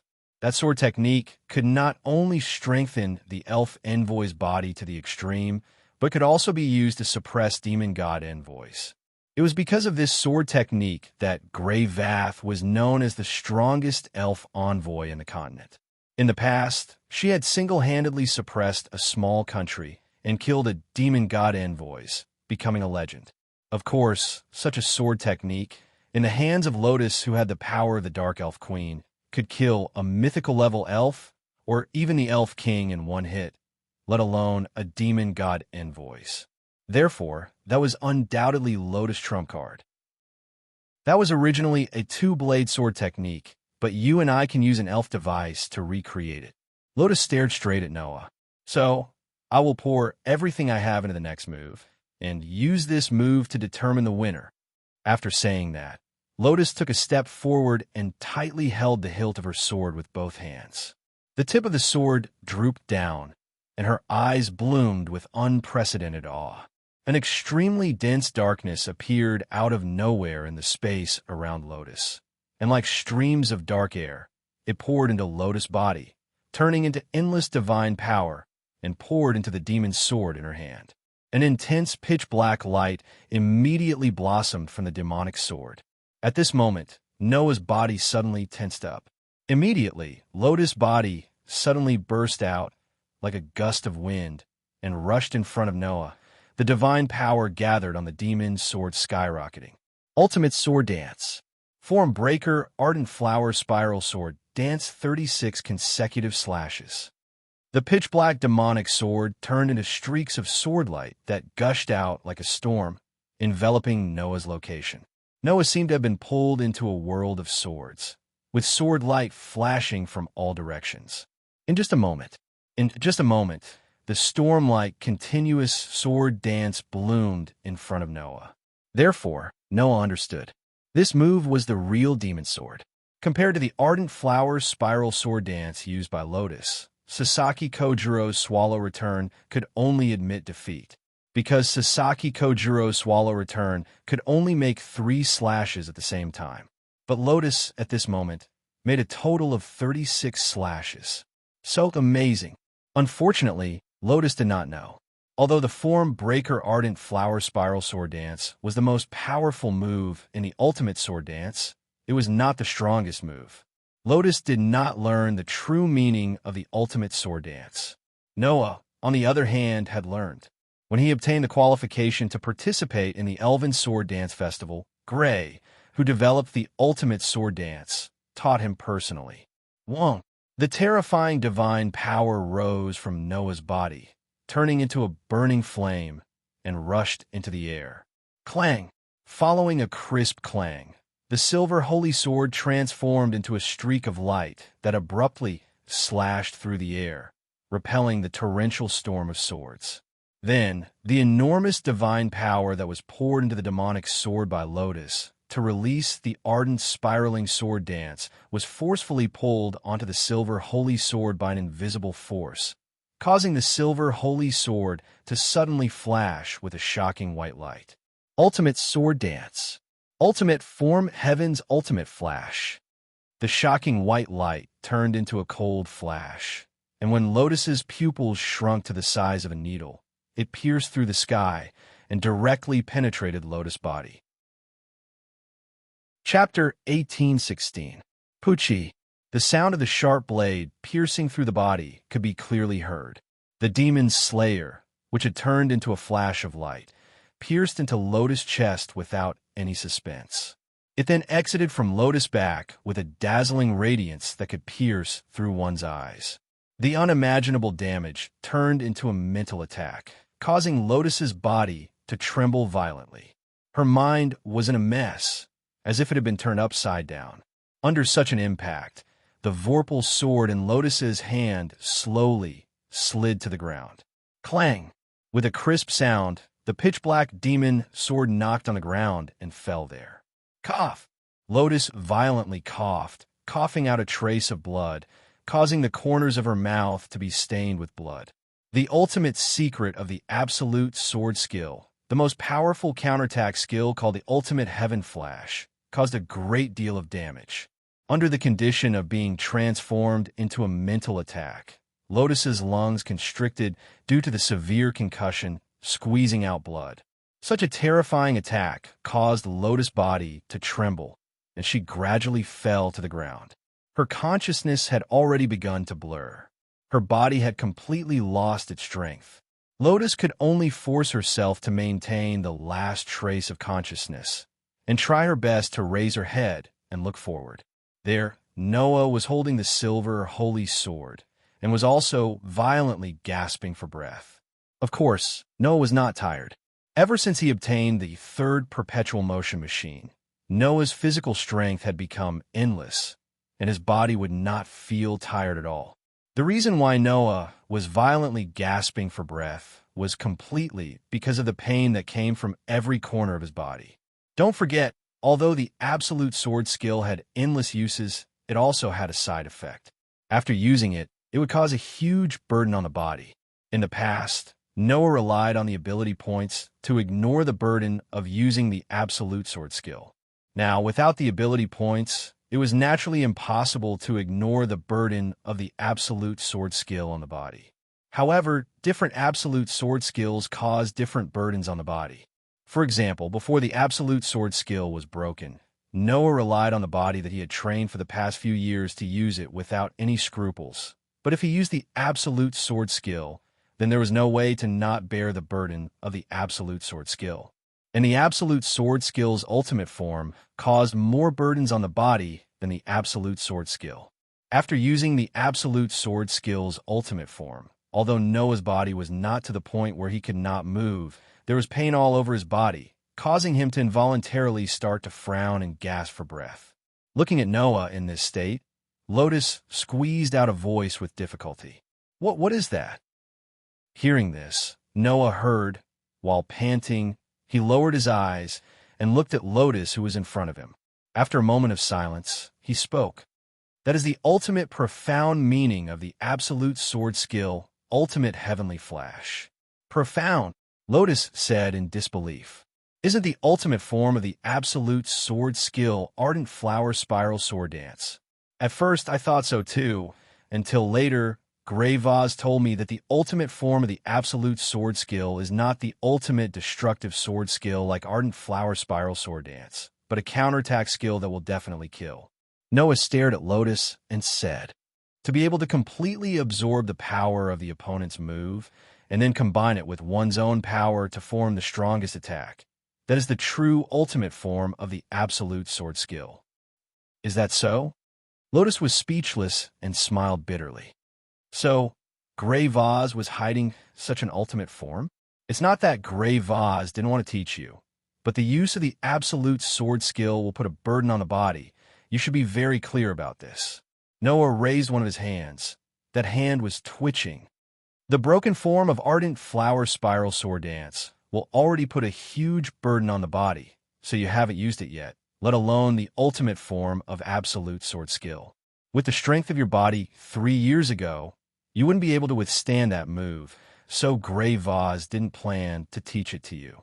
After all, 3 years ago, Lotus was only a 14-year-old girl. Even if she went through the training of the academy in Grey Vaz, how strong could a child's body be? In addition, a female's body was inherently weaker than a male's, so it was not without reason that Grey Vaz didn't teach Lotus the absolute sword skill. Even Noah's body twitched like this after using the absolute sword skill. If Lotus used it, she might even lose her life. That's why it was so dangerous. Thanks to this, I could defeat you like this. Noah lowered his twitching arm, looked at Lotus, and said, "You've lost the strongest sword dancer." The entire place fell silent. Lotus was silent. After a while, Lotus closed her eyes. "You're right, I've lost," Lotus said with a calm expression. "You can take what belongs to you at any time." Hearing Lotus's words, Noah shifted his gaze and looked at Lotus's heart. There, only Noah could see a piece of feather floating in Lotus's heart like an illusion. It was because of this piece of feather that Lotus was able to obtain the power that was theoretically impossible for humans and perfectly control it. If Noah took that piece of feather away, Lotus's body would be instantly devoured by the power of the Dark Elf King and turned into a mass of resentment, right? Despite knowing this, Lotus's pretty face didn't show the slightest trace of fear. Instead, there was an indescribable sense of relief, because this is the end of what Lotus can do. Since birth, Lotus's entire life has been changed because of the existence of that piece of feather. Until now, she has been unable to break free of her fate. Because of the existence of the world fragment, Lotus was chosen by the Dark Elf King, who should have been a human male, and became the first female demon king in history. From that moment on, Lotus's fate was changed.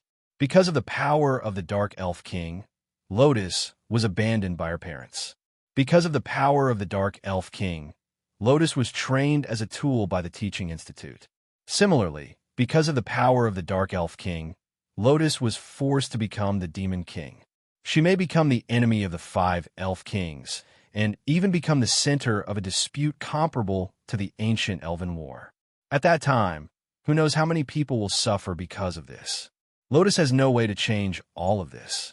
Therefore, after Noah appeared, Lotus showed a strong attachment to Noah.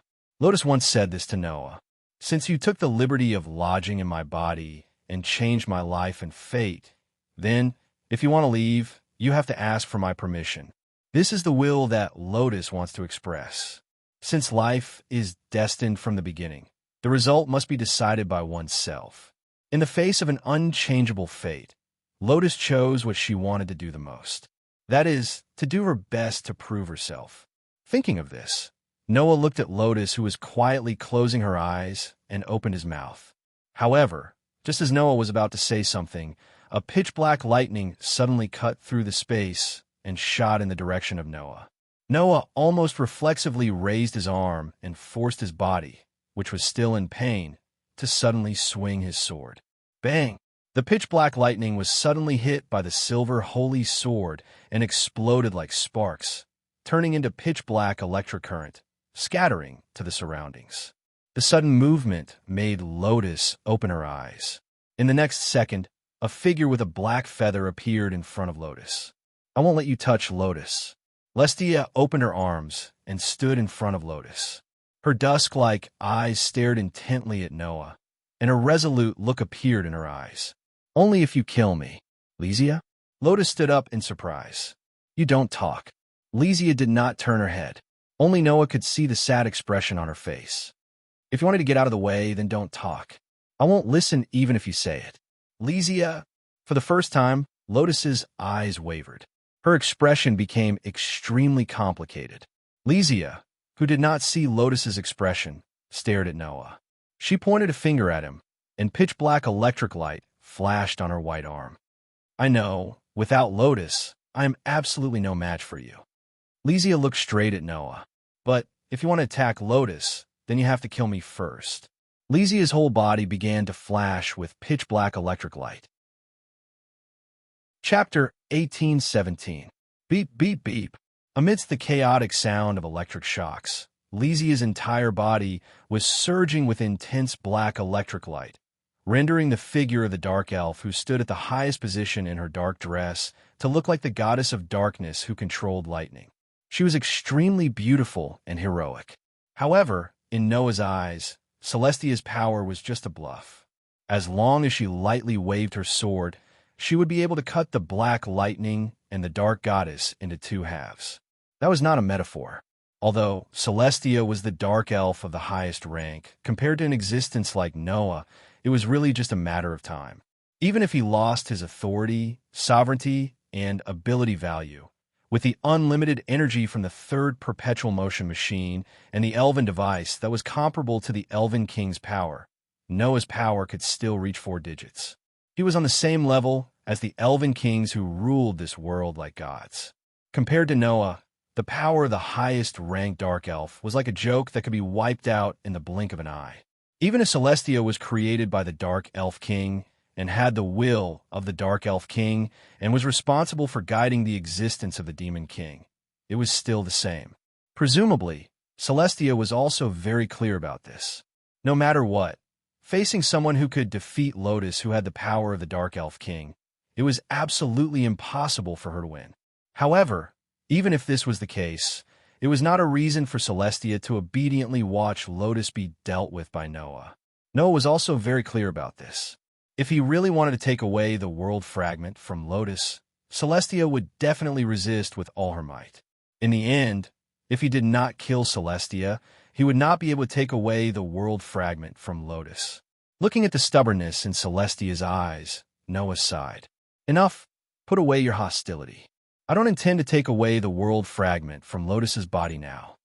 Celestia was startled. It was not only Celestia, but Lotus was also startled. Under the startled gazes of Lotus and Celestia, Noah said, "Right now, I don't have the means to safely extract a world fragment from a person's body, unless I dig out Lotus' heart. But if I do that, Lotus will definitely die. Since that's the case, I have no reason to do it under such circumstances." Upon hearing this, Lysia reacted. She stared at Noah, but the vigilance on her face did not disappear. Instead, it was Lien who spoke with a deep frown on her face. "Then you can take out my heart. I've already lost, so I won't resist." These words were mercilessly blocked by Noah. "Whether you die or not is your own business. My mood is more important." Noah curled his lips. "You want me to kill a guy who has no enmity with me and is not annoying in order to get something? I won't even be able to sleep well." "Then what do you plan to do?" Celestia stared straight at Noah. "Don't tell me you want to give that world fragment to Lotus. It's impossible to give it to Lotus. The importance of that thing isn't something you can imagine. If I don't take it out and let it return to its original state, countless lives will be lost," Noah said. "But it's not something that can be solved in a hurry. So, I'll leave the world fragment with you for now. When I need it, I'll come back for it. Before that, you should explore the power in your body and try to use your own ability to control the power of the Dark Elf King." Noah glanced at Lotus.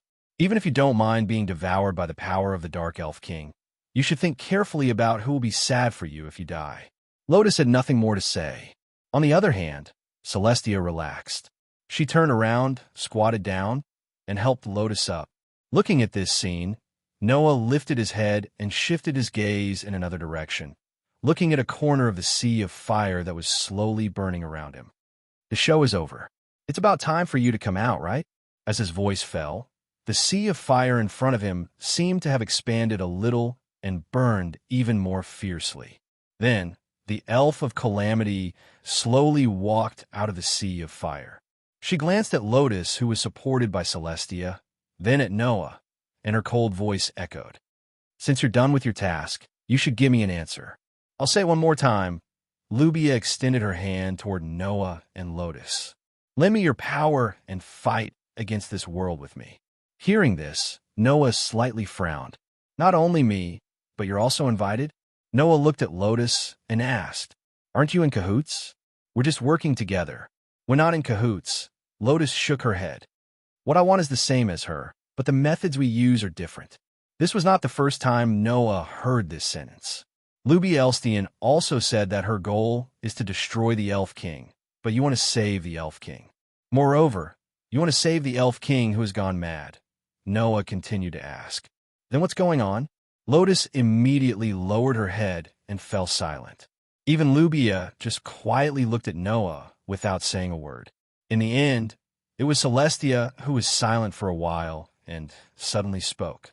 I think you don't know that other than the human world and the elf world, there's a third world in this world, right? A third world? Noah was stunned and then said in surprise, Other than the human world and the elemental elf world, there's a third world? That's right. We don't know what that world is like, so we just called it the other world. Celestia bit her lip and said, But one day, without us knowing when, the door to the other world opened. And from the door, the other world's darkness flowed out. When the word darkness came out of Celestia's mouth, Noah clearly saw it. Whether it was Lotus or Lubia, their eyes were extremely heavy, and there was even a faint trace of fear. Noticing this, even Noah couldn't help but feel nervous. What exactly is it that can make the Demon King and the Saintess feel fear? What is this so-called darkness? Celestia didn't know if she could sense Noah's thoughts, but she opened her mouth and said, The other world's darkness can make the elves go mad, even the Elf King. With this, Noah understood everything. Could it be? Noah said with uncertainty. The Elf Kings have all gone mad because of the other world's darkness? Celestia didn't answer, but from the serious expressions of Lotus, Lubia, and Celestia, Noah already knew the answer. If this continues, both the human world and the elemental elf world will be destroyed by the Elf King. Lubia clenched her fists, and for the first time, a clear emotion appeared on her indifferent face. When I was still an elf concubine, I realized this fact, so I betrayed the Elf King and decided to destroy him. I want to create a world without elves and put an end to the other world's darkness so that humans can live. However, destroying the Elf King will not save the world at all, Lotus said in a voice that did not contain any confusion. Once the Elf King is destroyed, the consequences will be unimaginable. That's not saving it all. Unlike Lubia, Lotus and I want to save the Elf King who has gone mad. Celestia continued Lotus's words. As long as we can save the Elf King, we can save everything. Even if we can save the Elf King, it will only delay the destruction of the world, Lubia said coldly. As long as the Elf King still exists, the other world's darkness can once again erode their personality and make them go mad. Only by destroying the Elf King can we save the world and put an end to the other world's darkness. At this moment, Noah's gift card suddenly flashed in front of them. A piece of elf or was released from the gift card. The elf or flashed with a dazzling light, and an elf girl appeared in front of everyone. Immediately after, the elven girl hugged Noah fiercely. Her face was filled with intense fear as she cried out, Darkness! Darkness! Darkness is devouring me, devouring me. Chapter 18:18. The sudden appearance of the elven girl stunned everyone present. However, the elven girl only hugged Noah tightly, as if he was her savior. Undoubtedly, her body was petite, but her strength was so great that it made Noah feel some pain. Under such circumstances, the elf maiden's entire body trembled. Her face was filled with fear, as though she was a child who had a nightmare. She sobbed softly and murmured, "Darkness, darkness is approaching." Darkness? Noah was really surprised. Could it be that this elven girl was related to the darkness of the other world? On the other side, seeing the elven girl who suddenly appeared and hugged Noah tightly, Lotus and Celestia were both shocked. That child, could it be what? Noah hugged the elven girl and turned his gaze to Lotus and Celestia. "Do you know this child?" Lotus and Celestia looked at each other and could see the surprise in each other's eyes. Then Lotus said, "Don't you know who this child is?" "If I knew, I wouldn't ask you," Noah said mercilessly. "But you too. How do you know this child?" "No, we don't know her. To be more precise, we have seen her before." Celestia's voice still had a trace of surprise. "You don't know, but when Lotus won the Elven Sword Dance Festival 3 years ago, I'd already told her about the darkness and told her to assassinate the Elven King when she made a wish to him. At that time, Lotus successfully eliminated one of the 5 Elven Kings who had gone berserk, freeing the Elven King's original personality." What did you say?" Noah seemed to understand what Celestia wanted to say and was extremely shocked. Could it be that this child is... It shouldn't be wrong. Celestia and I have seen her 3 years ago. Lotus looked at the elven girl closely. "This child is the Water Elven King Isalia Shiva." As soon as she finished speaking, bang!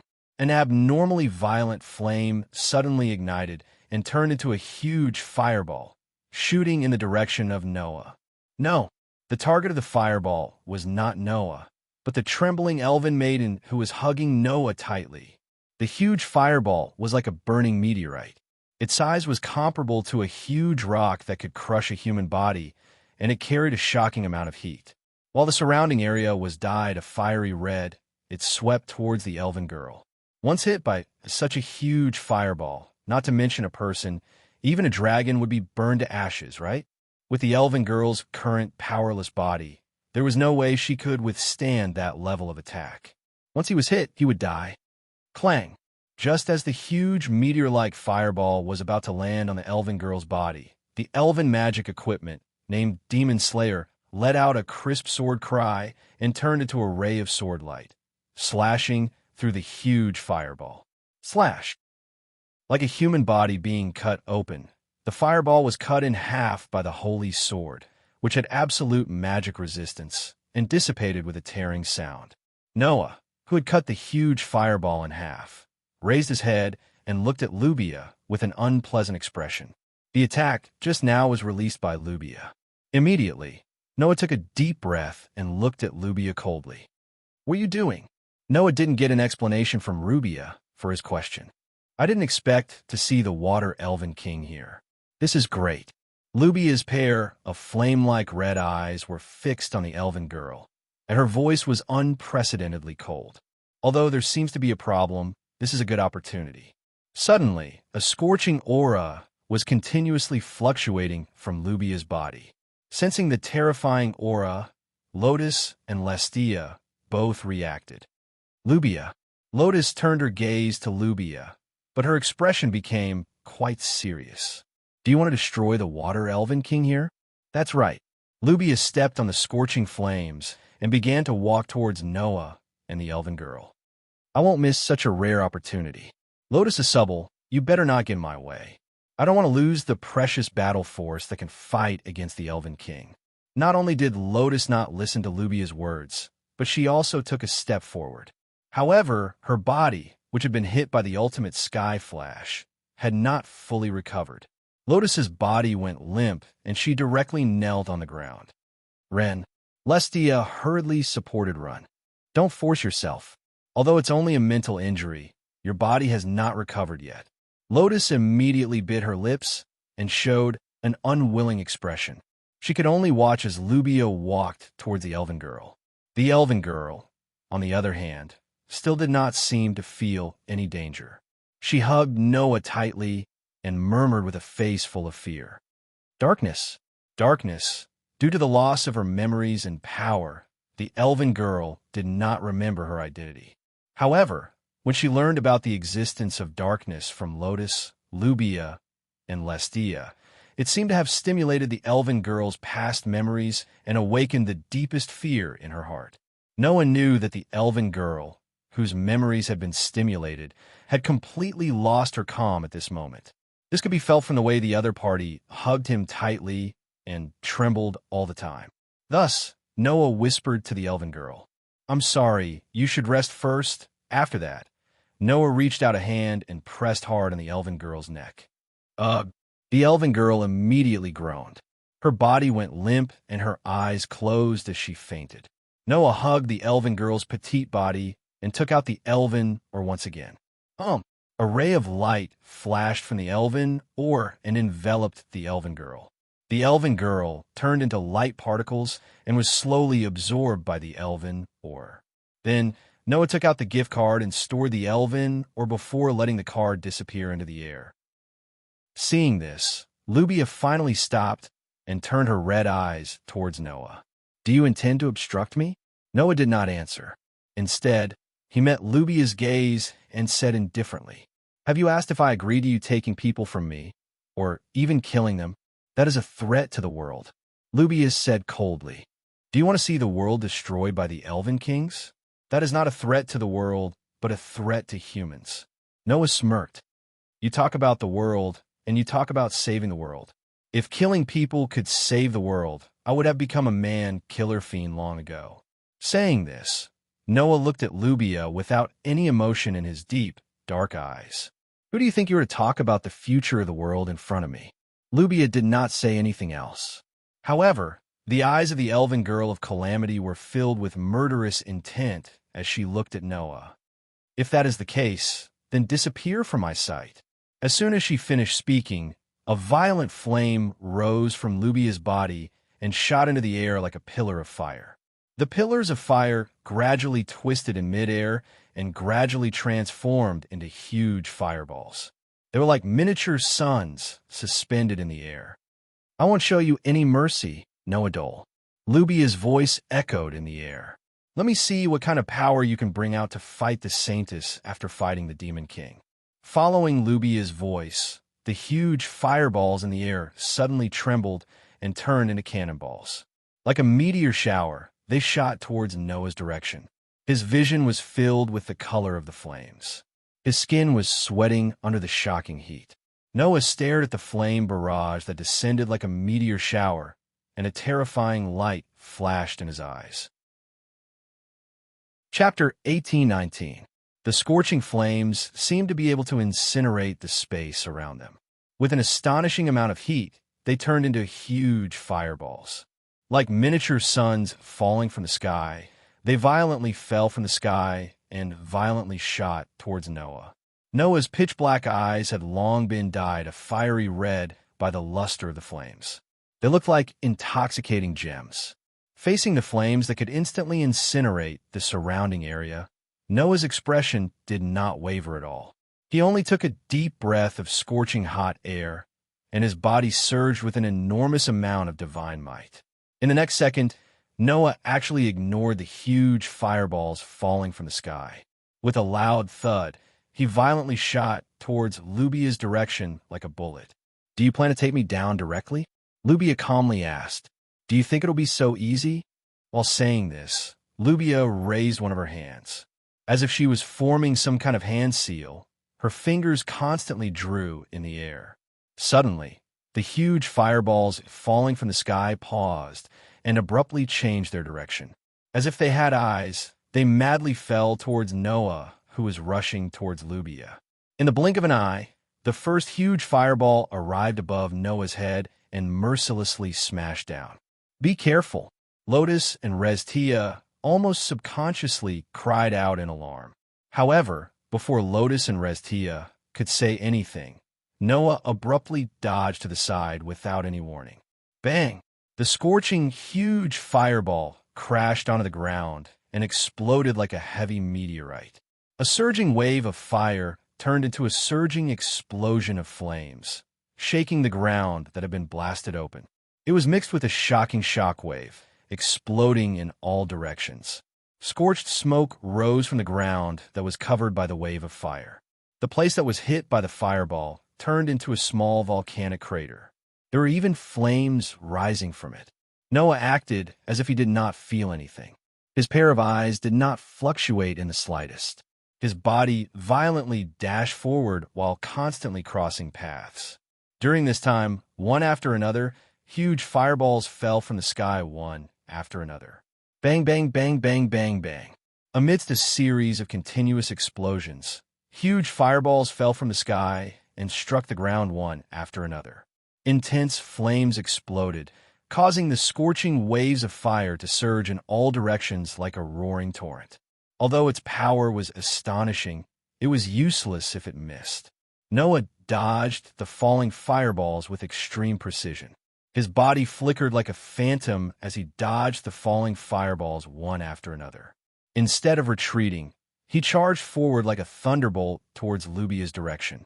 Seeing how Noah accurately avoided all the fireballs, Lubia was somewhat surprised. He actually dodged all of them. What Lubia didn't know was that Noah had superb senses. It wasn't strange for him to avoid all long-range attacks like this. While Lubia was still feeling surprised, Noah's body suddenly trembled. His speed suddenly increased by more than 100 times. Like a bolt of lightning, he charged towards Lubia. Ultimate sword skill. Initial form, purple lightning. The silver holy sword transformed into a sudden thrust at lightning speed. Like a running thunderbolt, it flashed through the air, causing a sharp sound of breaking the air. At such a close distance, it was impossible for Lubia to dodge the Godspeed thrust. Poochie, as if her body had been pierced through, the silver holy sword mercilessly pierced through Lubia's body. However, there was no trace of joy on Noah's face. Instead, his expression turned serious. He abruptly turned around and swung his sword at his back. Poochie, the same tearing sound was heard again. However, this time, it was not the sound of the holy sword piercing through a human body. Instead, it was the sound of surging flames being suddenly cut off. Unknowingly, a wave of scorching flames surged towards Noah's back. Noah turned around and slashed with his sword, causing it to dissipate into the air. Within the flames, Lubia's cold voice slowly sounded. Did you see through it? After saying that, Lubia's figure emerged from the flames that had been cut off. As for Lubia, whose body had been pierced through by Noah's purple lightning, it was like a mirage. With a twist, it disappeared, using the steam generated by the burning flames to create an illusion. Your control of flames is beyond my expectations. Noah looked at Lubia and said calmly, However, if you intend to use this trick to save the world, I advise you to give up on your laughable ideals. Don't worry. Lubia looked coldly at Noah. What kind of power do I have? I'll show it to you later. The flames that had been burning around Lubia's body suddenly went berserk. Let me show you the most powerful spirit of the fire element, the God-killing flame. The raging flames that rose from Lubia's body suddenly surged and turned into a flaming light, gradually transforming into a different form. Amidst the flames, a gigantic flame giant with a red lotus wrapped around its body slowly appeared. It stood behind Lubia with an indomitable spirit. Looking at the flame giant, Noah's eyes flickered. Is it the most powerful flame spirit that the elf of calamity stole from the elf king of fire's sacrificial hall? The god-killing flame. It was known as the most powerful flame in the world of elemental spirits. If the elf king of fire was a god that controlled the element of fire, then the flame giant in front of him was the most powerful existence of the element of fire. Apart from the elf king of fire, no one could be more powerful than the flame giant in front of him. Although it was defeated by the elf king and was sealed by him, the god-killing flame was definitely worthy of its name. It was a mythical spirit that far surpassed the demon god level spirits. In terms of the power of the elves, the god-killing flame was many times more powerful than Lestia. Although it's not like the previous Saintess who has the most powerful sword spirit that even the elf king is afraid of, This most powerful flame spirit should be enough to catch your eye, right? After saying that, Lubia softly chanted a contract in the language of the elves. The red lotus giant, standing behind Lubia, suddenly turned into a stream of flames that flowed into Lubia's raised hand and transformed into a sword. It was a magic sword that was completely red in color and burning with scorching flames. This is the most powerful elven equipment of the fire element Levitain. Rubia looked up, and her gaze landed on Noah's body. "Come and test its power," Noah doled. She didn't give Noah time to reply. In the next moment, Lubia suddenly swung down the true red, demonic sword that she had raised high. Bang! A muffled explosion suddenly sounded. The red magic sword released a frenzied flame that was like a tornado. It rubbed against the air and brought about vibrating sparks as it shot toward Noah. Bang, bang, bang, bang. The flaming tornado tore open the ground and flipped over the bricks and tiles of the sacred hall. It carried a terrifying heat as it swept toward Noah. Such a terrifying aura made Noah's face darken. However, Noah didn't retreat. Instead, he advanced like an arrow that was released from a bow. He fearlessly welcomed the flaming tornado that was shooting toward him. Clang! Endless divine might poured into the demon slayer, causing the sword to emit a dazzling light. Like a whirlwind, it fiercely struck forward. Boom! A roar suddenly sounded. The flaming tornado exploded, completely turning into a surging wave of fire, rolling out in all directions. The rolling wave of fire didn't attack the surroundings. Instead, it seemed to be pulled by an invisible force and flowed in a direction like a whirlpool. Over there, the silver holy sword vibrated with a phosphorescent divine might, absorbing all of the surging waves of fire and covering the sword. Immediately, Noah's figure swept out from the surging wave of fire. Under Lubia's gaze, he rushed in front of her. Ultimate sword technique. Form 4 flame slash. The holy sword that carried raging flames was like a thunderbolt as it slashed down. Chapter 1820. When the blazing demon slayer ferociously chopped down, the space around the demon slayer began to distort with a sharp, piercing sound. It was a phenomenon caused by being calcined by an unusually hot flame. This phenomenon caused Lubia's eyes to become serious. The god-slaying flame was known as the most powerful flame in the elemental realm. And now, the flames released by the elven device with the strongest flame attribute transformed from the god-slaying flames were condensed into a single sword by Noah's ultimate sword technique. That heat could definitely melt heavy steel into liquid in an instant. It was an absolute sword skill specifically used to counter the opponent's flame's flame slash. Because it borrowed the opponent's flames, the more powerful the opponent's flames were, the more powerful the attack would be. Using the most powerful flame in the elemental realm to attack, the power of this move was so great that even Lubia couldn't ignore it. If it was someone else, even if it was Lotus, they would have a headache facing this attack. Unfortunately, as the contractor of the god-slaying flame and the former elven queen of fire, there was no human who knew how to deal with the power of flames better than Lubia. Thus, Lubia tightened her grip on the elven magic device called Levitain, causing the red magic sword to explode with a scorching flame. It was as if it was carrying a sea of fire. She raised the tip of the sword and slashed diagonally upwards. Clang! Amidst the crisp clashing sounds, the silver holy sword and the crimson demon sword collided heavily. Bang! The violent flames burning on the two pieces of equipment of the highest grade suddenly surged, entangling and devouring each other like an avalanche. During the entire process, an extremely terrifying heat spread throughout the entire space. Under such circumstances, the ground suddenly became like magma. First, it was roasted red, then like butter, it melted little by little. The terrifying heat forced Lotus and Lestia to increase the divine power in their bodies to resist the heat that could even melt the ground. As for the entire space of the Holy Church, it was like the inside of a volcano, turning into a scorching red color.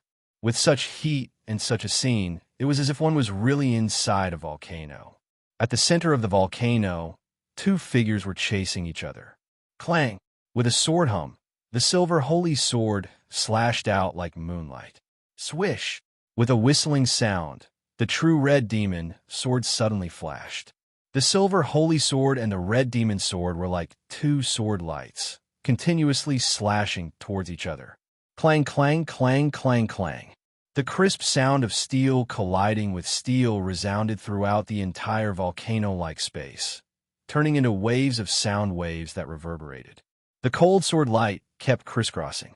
The sharp blades kept colliding. It was as if Noah and Lubia were dancing. Their sword dance was pleasing to the eye and extremely intense.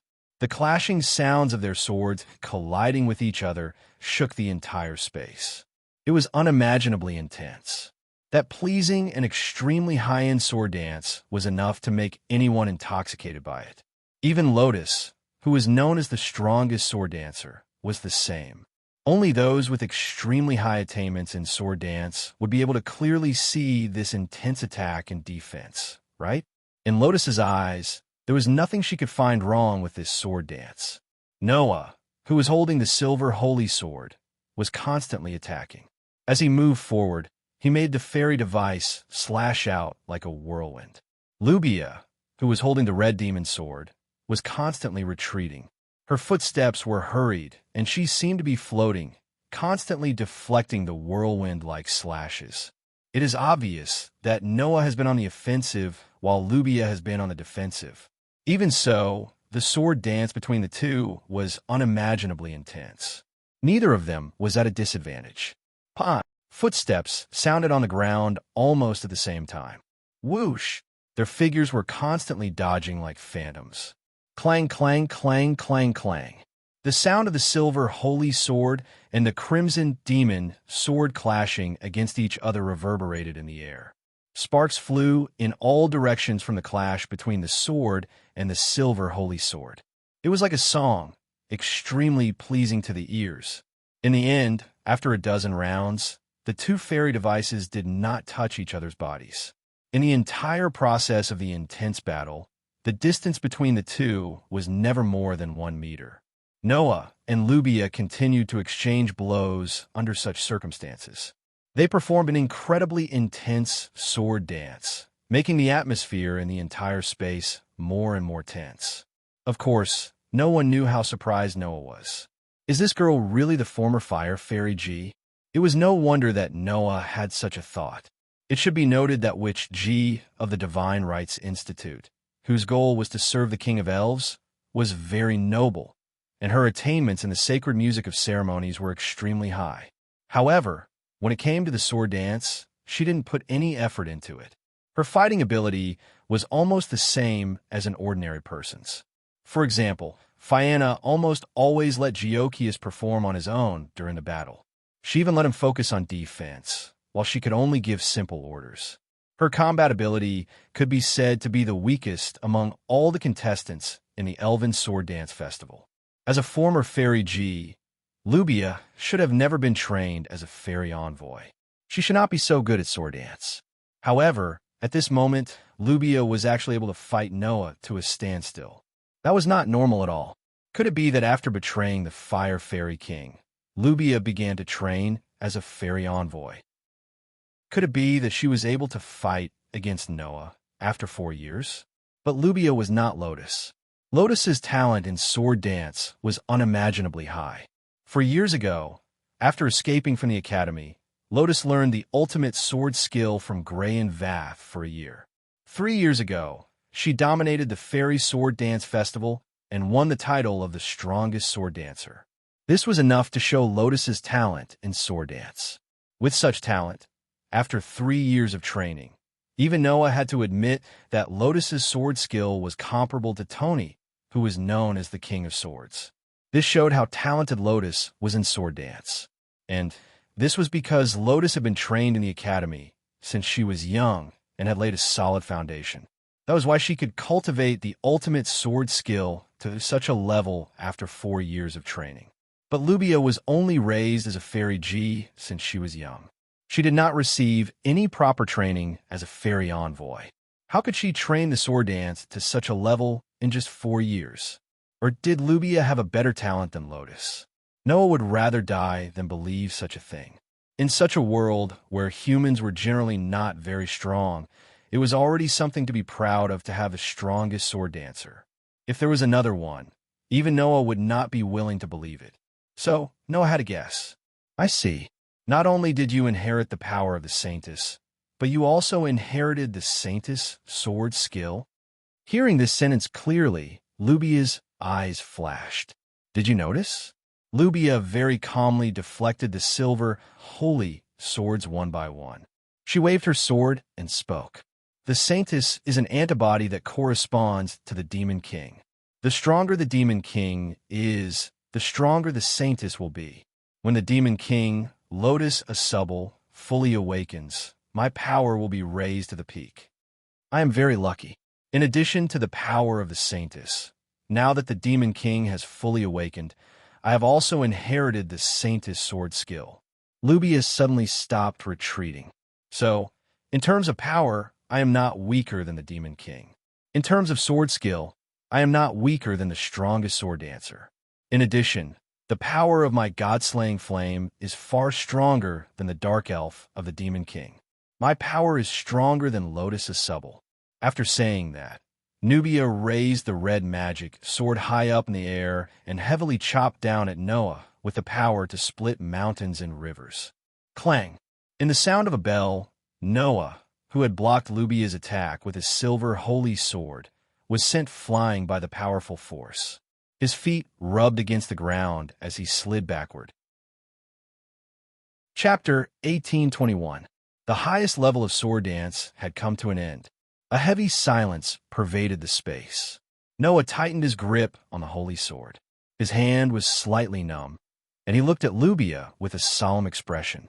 Lotus and Reztia, who were watching from the side, had a different expression. She said she's stronger than Lotus? Reztia said with an unkind expression. That woman really dared to say that. But I have to say, it's really irrefutable. Lotus smiled bitterly. I have the power of the Demon King in my body, and Lubia has the power of the Saintess in her body. The more thoroughly the Demon King's power awakens, the more powerful the Saintess power will be. When I perfectly awaken my power, the Saintess power that Lubia inherits will also become extremely powerful. She won't be weaker than me. Her power isn't weaker than mine, and her sword skills are inherited from the Saintess of Salvation. Since her power and sword skills are on the same level, then all that's left is to compete with the contracted spirits. Lotus turned her gaze to the true red demonic sword in Lubia's hand. Reztia, it's true that you're the highest level dark elf, and your level is at the demon god level. But Lubia's god-slaying flame's power is far beyond the demon god level, and has even reached the mythical level. So naturally, I'm weaker than her. Reztia was speechless. In other words, Lotus wasn't weaker than Lubia, but she was weaker in terms of contracted spirits. The one who lost to Lubia wasn't Lotus, but Reztia. Reztia could only feel helpless about this. After all, the god-slaying flame was known as the strongest flame in the world of elemental spirits, second only to the fire spirit king. Although Reztia was the highest level dark elf, she wasn't the strongest dark elf. On the contrary, the god-slaying flame was the strongest flame spirit, and that was enough to explain everything. But Restia's dust-colored eyes looked at Lubia. How much did Lubia Elstian pay in order to form a contract with that flame sprite? Lotus didn't answer. This was because Lotus herself didn't know how much Lubia had to pay to successfully contract a mythical elf. Therefore, even if Lubia was stronger than Lotus with the god-slaying flame, that power couldn't be used for long. From a long-term perspective, Lubia's strength was too illusory. But it was undeniable that, at least at this moment, Lubia's overall strength was stronger than Lotus. Rin, Celestia, and Noah naturally understood this matter as well. Phew! Noah exhaled a mouthful of turbid air and raised his head to look at Lubia. Noah spoke. Since that's the case, I'll fight you with all my strength. His words stunned everyone present. Go all out? Lubia stared at Noah. Are you trying to say that you haven't used your full strength until now?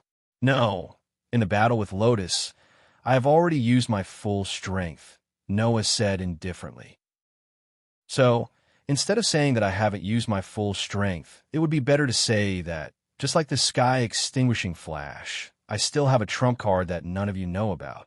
Lubia narrowed her eyes. Lotus and Lestia stood up in surprise.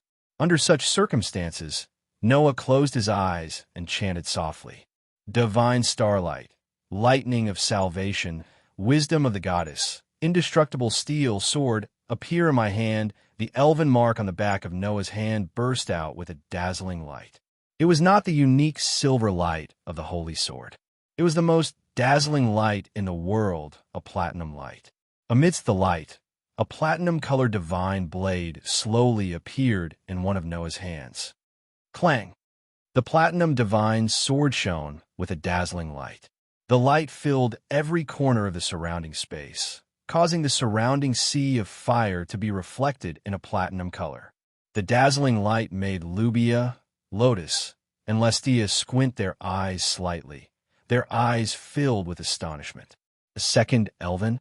Lotus muttered in astonishment. He contracted a second elven. A dual contract? Lestia was also stunned. He's actually a dual contractor? His hidden trump card is a second elven. Lubia frowned and said sarcastically, How foolish. I thought you had something else up your sleeve. It was not unreasonable for Lotus and Lestia to be so astonished by Lubia's sarcasm. A dual contract was not a good thing. The more elves one contracted, the better it was. Forming a contract with two elves at the same time and having multiple elves might be able to complement each other's weaknesses in battle and display a variety of abilities. However, contracting elves would negatively affect each other. When an elven user formed a contract with two elves at the same time, the divine aura of the two elves would interfere with each other, causing the two elves to be unable to display their original strength. Therefore, under normal circumstances, no one would form a contract with two elves at the same time. Although Noah's second elven was beyond everyone's imagination, under a dual contract, the two elves would interfere with each other, causing his strength to decrease instead of increase. Thus, how could Lubia not be sarcastic? How could Lotus and Lestia not be astonished? However, no one knew. Although Noah's Athena was an elf, it was essentially Noah's authority. Under Noah's absolute control, Athena's power would not interfere with Aster's power at all. Thus, Noah held the demon slayer in one hand and the heavenly sword in the other, feeling the divine aura of the two flowing smoothly through his body. He raised his head and smiled at Lubia. You'll find out whether I'm stupid or not. After saying that, Noah suddenly raised the platinum divine sword. Bloom, lightning of salvation. The platinum divine sword suddenly trembled. Beep, beep, beep. In the next moment, dazzling lightning appeared on the divine sword. Amidst the intense sounds of collision, it was like a bolt of lightning that shot into the air and gradually converged into a violent pool of lightning. At this moment, Lubia's heart suddenly felt a sense of foreboding. Her pair of red eyes suddenly froze, and she abruptly stepped on the ground and retreated rapidly. Almost at the same time, the violent pool of lightning trembled. In the next second, a bolt of lightning violently shot out like a bolt of lightning. In an instant, it pierced through the air and landed heavily on Lubia's original position. Boom! The violent lightning blasted the ground with a loud bang, stirring up a sky full of rocks and powerful shockwaves that exploded in all directions. A huge hole appeared there, emitting scorched smoke, and the smell in the air changed. Looking at this scene, both Lotus and Restia were shocked. Lubia's pupils shrank, and her hand that was holding the sword suddenly tightened. This was not a power that a dual contractor could display. No, not only that, but the power that the divine sword displayed was also beyond everyone's expectations. While Lubia was still in shock, Noah's voice was extremely clear. Now is not the time to be in a daze. If you don't take this seriously, don't blame me if you die. The moment his voice fell, The violent pool of lightning in the air seemed to have completely fallen into a state of rebellion and suddenly began to rotate. Following the rotation of the pool of lightning, bolts of lightning fell like raindrops and poured down in Lubia's direction like a storm. Lubia was shocked, and she hurriedly took a step back and retreated rapidly. Immediately, the thunderbolts that poured down like a storm mercilessly struck the ground. Boom, boom, boom, boom, boom. In the midst of the deafening roar, the ground was continuously blasted by the thunderbolts. In an instant, dust and debris flew everywhere, and the shockwaves were like real stormy waves, turning into a passing typhoon that swept in all directions. Lubia could only continuously dodge, avoiding the violent thunderbolts that fell from the sky, and let the thunderbolts fall one after another on the ground, shattering the bricks and tiles of the sacred hall. This scene was extremely shocking. Chapter 1822. Bang, bang, bang, bang. The violent lightning continued to wreak havoc in the great hall of the Holy Church, causing the muffled sounds of explosions to reverberate in the air. Under the direct impact of the lightning, the ground had long been filled with craters, becoming riddled with holes and potholes. The hall, which was originally covered by a sea of fire and looked like the interior of a volcano, suddenly became shaky under the direct strikes of the lightning. It was as if it could collapse at any time. It was frightening. Under such circumstances, the violent lightning bolts continuously shot out from the lightning pool, floating in the air, and mercilessly struck the ground. Gee! A faint sound of thunder rang out, causing a lightning bolt to fall directly towards Lubia, who was dodging. Lubia, who had just dodged a lightning bolt, was in a state where she had yet to recover her strength. There was no way she could dodge it. However, Lubia's body suddenly trembled violently, and her entire body became somewhat illusory at this moment. Bang! The lightning bolt fell violently and solidly onto Lubia's body. However, both Lotus and Celestia saw it clearly. The lightning bolt did not hit Lubia. Instead, it passed through Lubia's body without any hindrance, causing the illusory figure to explode. At the same time, not far away, Lubia, who was holding the crimson demon sword, appeared with flames burning all over her body. She was completely unharmed. The illusory figure just now was obviously just another illusion created by Lubia using the evaporating airflow. However, Lubia's breathing began to quicken. Noah, who was holding the platinum divine sword, looked at Lubia and said indifferently, "What? That's not enough." Lubia's expression suddenly became somewhat unsightly. After a while, Lubia took a deep breath and calmed her somewhat rapid breathing.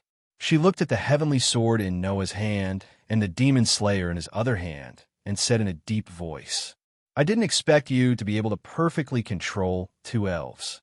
Lubia was not the only one who did not expect this. Even Lotus and Lysia were surprised. There was another thing that was even more unexpected. That was, at the same time, Noah's two elves were extremely powerful. Aster was the most powerful sword elf that even the Elven King was afraid of. Athena's strength was also not below Aster's. There was no doubt that both of Noah's elves had surpassed the mythical level. Yet, Noah was able to form a contract with both of them at the same time. It was like a joke. Forming a contract with the most powerful sword elf will lead to death. Lubia's gaze towards Noah had changed. Yet, you're able to form a contract with another powerful elf under such circumstances. What price did you pay? Shouldn't I be the one asking you this question? Noah looked at Lubia with a faint smile on his face. Do you have the right to say that? Lubia was speechless. After a while, Lubia lowered the truer demonic sword in her hand. Her eyes flickered. Your strength is beyond my imagination. If possible, I really don't want to be your enemy. As she said this, Lubia's eyes flickered with an indescribable emotion. I'll say it again. I must save this world. I can't just watch the world be destroyed by the Elven King. So, give me the water, Elven King. The entire place fell silent. At this moment, everyone could see the emotion in Lubia's eyes. It was not the coldness of the past, nor was it the intense emotion. Instead, it was a strong sense of mission.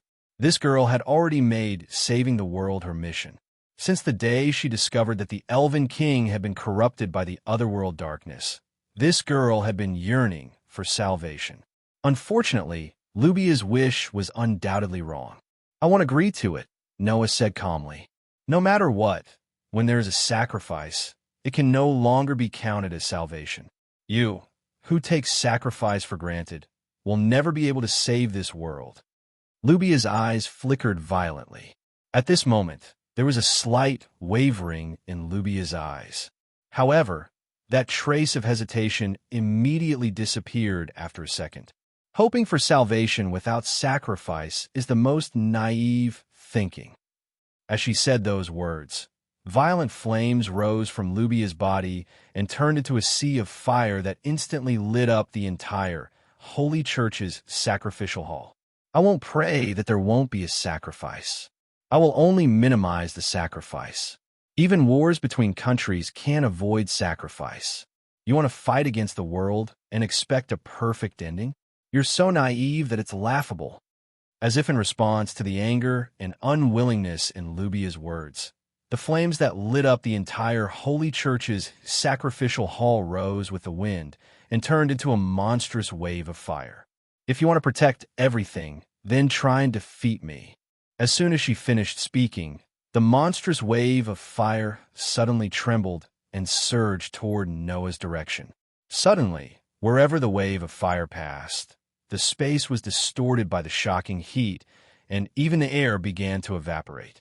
Facing the monstrous wave of fire, Noah was like a tiny ant that would be killed in an instant. However, looking at the monstrous wave of fire that was surging toward him, Noah showed a fearless expression. Clank! The platinum divine blade burst out with a dazzling light. Holding the dazzling divine blade in his hand, Noah spoke in a loud voice. "If defeating you can protect everything, then I will never lose." The platinum light shining from the divine blade was as dazzling as the sun. It was so dazzling that no one could look at it directly. Immediately, Noah's voice rang out clearly.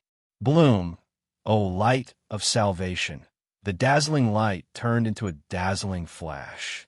Like a beam of light, it pierced through space and shot out with a terrifying power that made one's hair stand on end.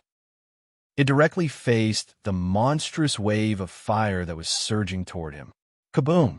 An earth-shattering roar resounded and turned into rolling sound waves, causing the entire burning sacred hall to tremble violently. The dazzling light and the monstrous wave of fire collided heavily, stirring up layers of energy ripples. It was like an invisible shock wave, also shaking in all directions. However, this situation did not last for long. After a while, the attack from the divine blade of salvation, which could even cut a star in half, only lasted for a moment. Then, the light grew brighter. Then, the light suddenly pierced through the wave of fire. Poof! In the clear sound of cloth tearing, the dazzling aurora cut through the wave of fire and separated the heat. It was as if it had split the sea of fire and dispersed the monstrous flames. "Why?" Lubia's expression changed drastically. Her eyes were filled with disbelief. At this moment, in the midst of the monstrous wave of fire that was violently dispersed, a figure rushed over like a meteor. With a powerful landing sound, Noah's figure suddenly appeared in front of Lubia. Lubia's pupils shrank to the size of a needle tip. She had no time to be shocked. She forced her body to retreat. However, it was already too late to react. Wong! Amidst the vibrations, a vast amount of divine power surged into the Holy Sword and Divine Saber, causing the two highest-grade elven magic devices to flash with a dazzling light. Absolute sword skill. Form breaker, ardent flower, spiraling sword dance 48 consecutive slashes. The silver holy sword and the platinum divine blade suddenly danced, interweaving into an absolutely unavoidable sword formation that bloomed in front of Lubia like an exploding flash of light. Under the horrified expression of Lubia, the sword dance was unleashed on her mercilessly. Poochie, poochie, poochie, poochie. Continuous sounds of slashing rang out. Ah! Lubia's sorrowful cry rang out as well. Chapter 1823. Whoosh! The scorching flames were still burning in the great hall of the holy church, but the heat was not as terrifying as before. Within the sea of fire, Rubia Elstian fell heavily to the ground. Her pair of red eyes seemed to have lost their luster, becoming dull and lifeless. Clang! The dazzling radiance of the demon slayer and the heavenly sword also began to dim bit by bit. Noah held the two elven magic devices tightly. Looking at Rubia, who had fallen to the ground, his breathing became rapid again. Pain came from every part of his body once again. The hands holding the holy sword and heavenly sword also began to tremble. Feeling every muscle in his body twitching, Noah could not help but laugh bitterly. Using the final style, and then breaking style, this result is natural. As the final style of the ultimate sword skill, Noah's body had already suffered some side effects when he used the ultimate sword skill. The breaking style of the ardent spiraling sword dance was the most powerful move of the ultimate sword skill, so the side effects were also very large. At least, the side effects that Noah was suffering now were definitely much greater than when Lotus used the ardent spiraling sword dance. First, when Lotus used the ardent spiraling sword dance, the combo was only 36, but Noah used 48 combo of the ardent spiraling sword dance. The more powerful the ardent spiraling sword dance was, the more powerful the side effects were. Second, as mentioned before, the breaking style of the ardent spiraling sword dance was originally the ultimate sword skill of the dual sword school.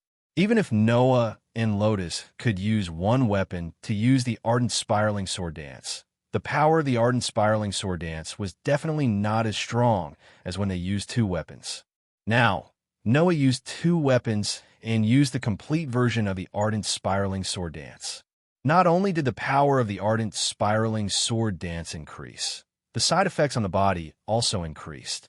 In addition to the burden on the body when he used the ultimate sword dance, Noah could still move, which meant that his body was strong. Noah, who was silently enduring the pain from every part of his body, raised his eyes and looked straight ahead. Cough, cough. Lubia coughed violently a few times. Just like Lotus, she coughed out a mouthful of blood, and blood dripped from the corner of her mouth. She struggled a few times, but couldn't get up. How hateful! Lubia squeezed out a hateful voice. Undoubtedly, her whole body was already twitching, but she was still struggling with difficulty, as if she didn't allow herself to fall. It was quite crazy. However, doing so is undoubtedly tormenting oneself. Looking at Lubia, who was struggling to get up, Noah couldn't help but speak. Give up. You've already lost. Hearing this, Lubia shuddered. Lost? Lubia repeated as if she was sleep-talking. Then, her eyes seemed to have a final burst of light, and her will was once again ignited. No, I haven't lost yet. This sentence was only met with a sigh. Stop deceiving yourself, Rubia. With Lysia's help, Lotus came in front of Lubia. She lowered her head and looked at the disastrous elven concubine. After taking such a blow, it's impossible for you to stand up again. After taking the full brunt of Noah's divine might, as well as the demon slayer and heavenly sword, which are the most powerful ultimate sword skills of the elven devices, Lubia could no longer stand up. Even if Noah had turned the elven device into a weapon that could damage the mind, it was already a miracle that Lubia was still conscious and did not faint after taking such a blow. As for standing up, that was already impossible. At least, it was impossible for her to do so now. Rubia should be the clearest about this. So what? Lubia bit her lip and wriggled her body desperately. No matter what, I can't lose here. I still have things to do. If I lose here, then I can't do anything.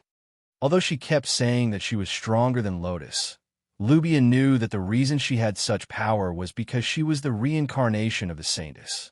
The stronger the Demon King was, the stronger the Saintess would be. As long as the power of the Dark Elf King remained in Lotus's body and was fully awakened under the influence of the World Fragment, Nubia would be able to obtain a power that was no weaker than Lotus's from the 5 elf kings, because of the antibodies created by the 5 elf kings. On the contrary, if the demon king's power in Lotus's body weakened, then, as the saintess, Lubia's power would also weaken. After all, it was not Lubia's own power, but the power of the 5 elven kings. In other words, it was impossible to use this power to fight against the 5 elven kings.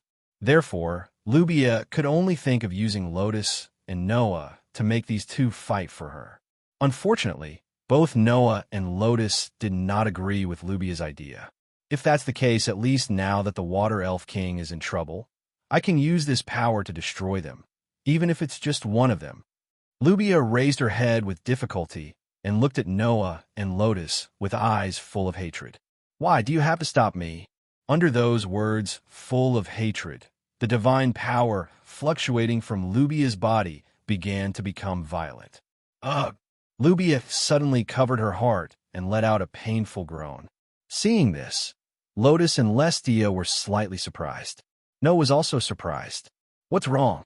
Could it be that the ardent spiraling sword dance just now caused some unexpected damage? Just as Noah was thinking about this, Athena's voice suddenly sounded. "Look carefully at that elf's body." Hearing this, Noah was startled again. He immediately stepped forward, squatted down, and rolled up Lubia's sleeves. When Lubia's skin was exposed in front of everyone, everyone sucked in a cold breath. This was because Lubia's arms were densely engraved with countless ferocious seals. That's... Lestia was shocked. Spell engravings? That's right. The dense and ferocious carvings on Nubia's arm were all spell carvings. Looking at this scene, Lotus gritted her teeth. Ignoring Noah's presence, she squatted down and took off Lubia's military uniform. The next moment, everyone was speechless. The scene that entered everyone's eyes, in addition to the snow-white skin and the slender and graceful figure, there were only innumerable spell engravings. How many were there? How many were there? Or tens of thousands. In short, the countless spell engravings were like hideous scars all over Lubia's body. Except for her head, neck, and the back of her hands, there was not a single part of Lubia's body that was unscathed. Even Lotus was shocked. Don't you want to live? Spell engravings would bring severe side effects to the user's body and mind. In the past, there were countless elven users who were completely crippled because of a single spell engravings. Even Gravath had lost her power as an elven messenger because of the spell imprint in her heart. So how could anyone else do the same? Yet, Lubia's entire body was covered in spell engravings. She was simply courting death. Even Noah thought so. Once upon a time, Versilia also had a large number of spell engravings, but she went completely insane overnight. In the end, it was Noah who used the Demon Slayer to break the spell engravings on her body, saving her life. And the number of spell engravings transplanted on Lubia's body was much more than Versilia's. Could this person have been suffering from the backlash of so many spell engravings all this time? How in the world did she survive? Seeing Lubia's expression becoming more and more pained, Noah took a deep breath and raised the holy sword in his hand. "Aster, can you get rid of these spell engravings?" "No problem." Aster's voice immediately sounded. "What?" Lotus asked in surprise. "You want to save her?" Hearing this, Noah smiled bitterly. "If I don't save her, Claire will hate me." After saying this, Noah stabbed the holy sword into Lubia's body. Chapter 1824. Ugh. When Rubia regained her consciousness, she immediately understood the current situation. Obviously, she had fainted. Moreover, all the runes on her body began to backfire. After understanding this, there was only one question left in Rubia's mind. "I'm still alive." The runes on her body were all over her body. No one knew better than Lubia what would happen if there was a backlash from such a large number of rune engravings. Rubia knew that she would not be able to survive. Even if she had been able to endure the side effects of the curse engraving, it was impossible for her to survive the backlash of the curse engraving on her body. In fact, before she fainted, Rubia had already prepared herself for death. However, Rubia was not afraid. If she was afraid of death, she would not have implanted so many runes on her body. Rubia only felt regret. The regret of not being able to fulfill her wish. With such regret, Rubia fainted and quietly welcomed death. In the end, when she regained her senses, she was bewildered, which was rare for her. When she opened her eyes, the first thing she saw was an old ceiling. Rubia understood the situation almost immediately. She was not in the sacred hall where she fought before. The sacred hall had been baptized by 2 high-level battles. It was impossible to preserve such a complete ceiling. Therefore, Rubia's current location had been moved. Through someone's hands, Rubia sat up abruptly. As soon as she sat up, a voice entered Rubia's ears. "You're awake?" Hearing this voice, Rubia immediately turned her head and looked at the source of the voice. In front of a bonfire, Lotus, who was wearing a witch costume, was looking at Rubia. Next to her was a pitch-black magic sword. Beside Run, Noah also sat down and leaned against a wall. He glanced at Rubia and said, "Don't worry about it. I thought you would never wake up again." Hearing this, Rubia did not speak. Instead, she first looked around. There were only 3 people present: Noah, Lotus, and Rubia. The location was probably inside a building in the abandoned city. From Rubia's position, she could clearly see that there was a wall in front of her that had been completely destroyed. Only half of it remained. Through the wall, Rubia saw a burning holy church. The sacred hall was obviously the location of their battle. Now, that place was gradually turning into ruins, scorched black by the flames. Through this scene, Rubia obtained 2 pieces of information. The first reason was that this place was not far from the holy church. The first reason was that he hadn't been unconscious for long. Otherwise, the holy hall would not still be burning. It would have been reduced to ruins long ago. Looking at the sky, although it was still dusky, it should be noon. Combining all the information and the current situation, Rubia seemed to understand the whole story. There was no doubt that she had been saved. And according to Rubia's understanding, there was only one person who could save her. So, Rubia silently pulled up her sleeves. On his skin, the scar-like spell runes had completely disappeared, allowing his skin to return to its original white and flawless state. After feeling the condition of her body, Rubia could tell everyone with certainty. All the spell runes on her body had been removed. No, it wasn't just the spell runes. It seems that you've discovered it. Lotus had been silently watching Rubia's actions until now. That's right, it's not just the spell runes. Your elf mark has also been removed. Elf mark. It was the proof of a contract between an elf user and an elf. With the elf mark, the elf user could open a door for the contracted elf to pass through and summon the contracted elf at any time. Without the elf mark, it could only mean one thing. That was, Rubia had lost her contracted elf. The god-slaying flame, which was known as the strongest flame in the elemental elf world, was now no longer Rubia's contracted elf. Understanding this, Rubia was silent. Seeing Rubia like this, Noah raised his eyebrows and said with a half-smile, "You don't seem surprised at all. There's nothing to be surprised about," Rubia said calmly. The god-slaying flame was originally a mythical level elf that was defeated by the 5 elven kings in the past elven war and was sealed by the 5 elven kings. That level of elf is not something that humans can contract in the first place. I was already prepared for the contract to be abolished. Isn't that a bit contradictory? Lotus retorted. If it's not an elf that humans can contract, then how did you make a contract with it? That's because the god-slaying flame hates the elven king who sealed it, and my goal is to destroy the elven king. That's why it lent its power to me. Rubia's expression was extremely indifferent. However, as the price of the contract, in the end, I will have to pay with my life. Noah and Lotus's eyes flickered. Sure enough, making a contract with a mythical level elf definitely required a heavy price. A contract with your life as the price, Lotus said in a low voice. So that's how it is. Is your exaggerated rune engraving to maintain this impossible contract? Rubia had taken the god-slaying flame from the Fire Elven King's sacrificial hall 4 years ago. In other words, Rubia's contract with the god-slaying flame had been maintained for 4 years. Logically speaking, a contract that required one's life as the price should not be maintained for so many years, let alone a mythical level elf that was impossible to make a contract with a human. That was why Lubia had covered her body with so many spell runes, using countless spell runes to bind the strongest flame elf and maintain this contract for 4 whole years. Because I lost to you, the spell runes began to bite back. This contract cannot be maintained any longer, right? Lubia's pair of red eyes turned to Noah. If that's the case, according to the price of the contract, the god-slaying flame should have come out to take my life the moment the spell runes on my body were removed.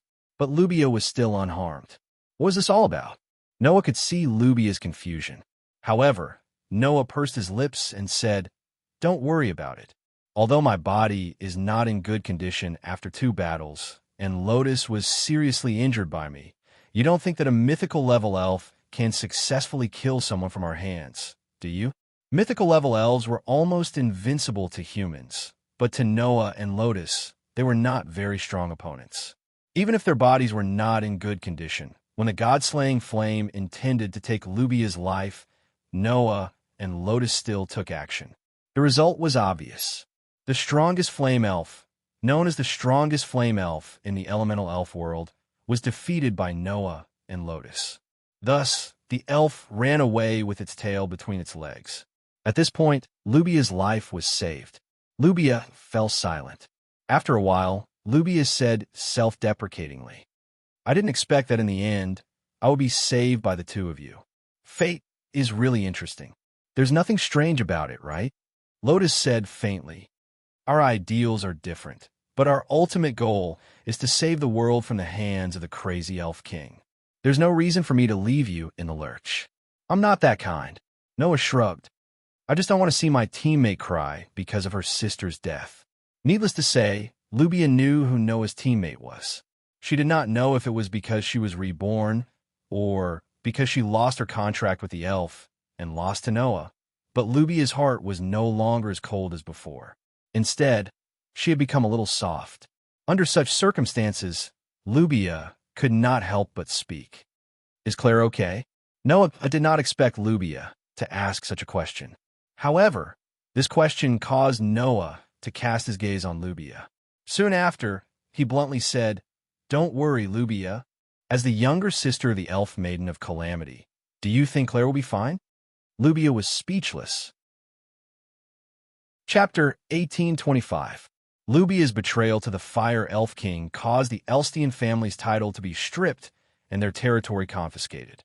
Even Lubia's parents were arrested by the Ordesian Empire and imprisoned. Her sister betrayed her, her parents were imprisoned, and all of her assets were confiscated. Claire was left alone. A little girl who is only 12 or 13 years old has been enduring the hateful gazes of others while silently honing her skills, all for the sake of one day winning the Elven Sword Dance Festival and learning the truth of her sister's betrayal. She has endured for 4 years. Noah looked directly at Lubia. "Do you think that's good?" Facing Noah's question, Lubia couldn't find the words to refute. She could only remain silent. "Perhaps, in your opinion, in order to save the world, some sacrifices are unavoidable. You can even abandon your own family." Noah sneered. "But, in my opinion, if a person can't even protect their own family, then they can't protect the world. You were wrong from the beginning." Noah's voice echoed clearly in the surroundings. Lubia was silent, and Lotus lowered her head, not knowing what to say. The atmosphere suddenly became tense. After some time, Lubia suddenly spoke. "At the border of the Ordesian Empire, there is a small city called Deluz." Noah and Lotus were slightly stunned. Lubia ignored Noah and Lotus's shock and continued. "Because of the climate in Deluz, the harvest of crops has always been very insufficient. The people pray for sufficient crops, so they have been continuously offering offerings to the Elf King." Lubia's eyes flickered slightly. "But 4 years ago, Deluz ushered in a long drought, causing the harvest of crops to become very low. 4 years ago." Noah and Lotus's hearts skipped a beat. 4 years ago. At that time, anyone would have a reaction, because that was when Lubia betrayed the Elf King. Since Lubia mentioned this matter at this time, it probably had something to do with him. And just as Noah and Lotus thought, this matter did indeed cause a change in Lubia's life. That year, the residents of Deluz were unable to prepare enough offerings. As a result, they angered the Fire Elf King. Lubia unconsciously clenched her fists. After that, Deluz was attacked by a rain of fire for 3 days and 3 nights, completely erasing it from the map. Noah and Lotus were stunned. Destroyed because of insufficient offerings? Just because of this, an entire city was mercilessly destroyed? No matter how they thought about it, it wasn't normal. It's very abnormal, right? I also think it's very abnormal. Rubia bit her lip as if she had read Noah and Ren's thoughts. And that was also the reason why I began to doubt the Elf King. Such an abnormal phenomenon didn't only happen once. While Lubia was serving as the elf concubine, news of the Elf King destroying a place kept coming from all over the continent. And the reason was often due to an extremely insignificant mistake, such as insufficient offerings. In that year alone, more than a dozen cities were destroyed because of the Elf King's anger. Lubia's voice became angry. In the end, the Fire Elf King that I served actually began to ask for an offering from me. Noah and Lotus looked at each other. It was very common for high-ranking elves to ask for offerings from humans. The purpose of the divine ceremonial courtyards, which was to use the ritual music she had learned as an offering, allowing the elves to perform all kinds of miraculous effects. Even elven envoys would offer their divine power to their contracted elves as an offering to sign a contract with them. Therefore, it wasn't strange that the Fire Elf King would ask for an offering from Lubia. The only problem was that the offering the Fire Elf King asked for wasn't something that could be accepted by humans. At that time, the Fire Elf King asked for the Elstian family's true fire as an offering. Lubia's voice seemed to be squeezed out from the depths of her throat as she spoke. In other words, he wanted me to offer my sister, Claire, as an offering to him. What? Lotus was shocked. Even Noah furrowed his brows, a thoughtful look appearing in his eyes. There were elves who asked for a living person as an offering. However, those were all evil elves. Those elves were defeated by human heroes one after another, and became legends of powerful elven envoys. Noah had seen many similar records in the sanctuary's library. Some of them were even written into novels and passed down for hundreds of generations. However, as the ruler of the elemental elves, the Elf King actually asked for a living person as an offering. Noah had never even heard of such a thing, let alone seen it. In the beginning, I couldn't believe it either.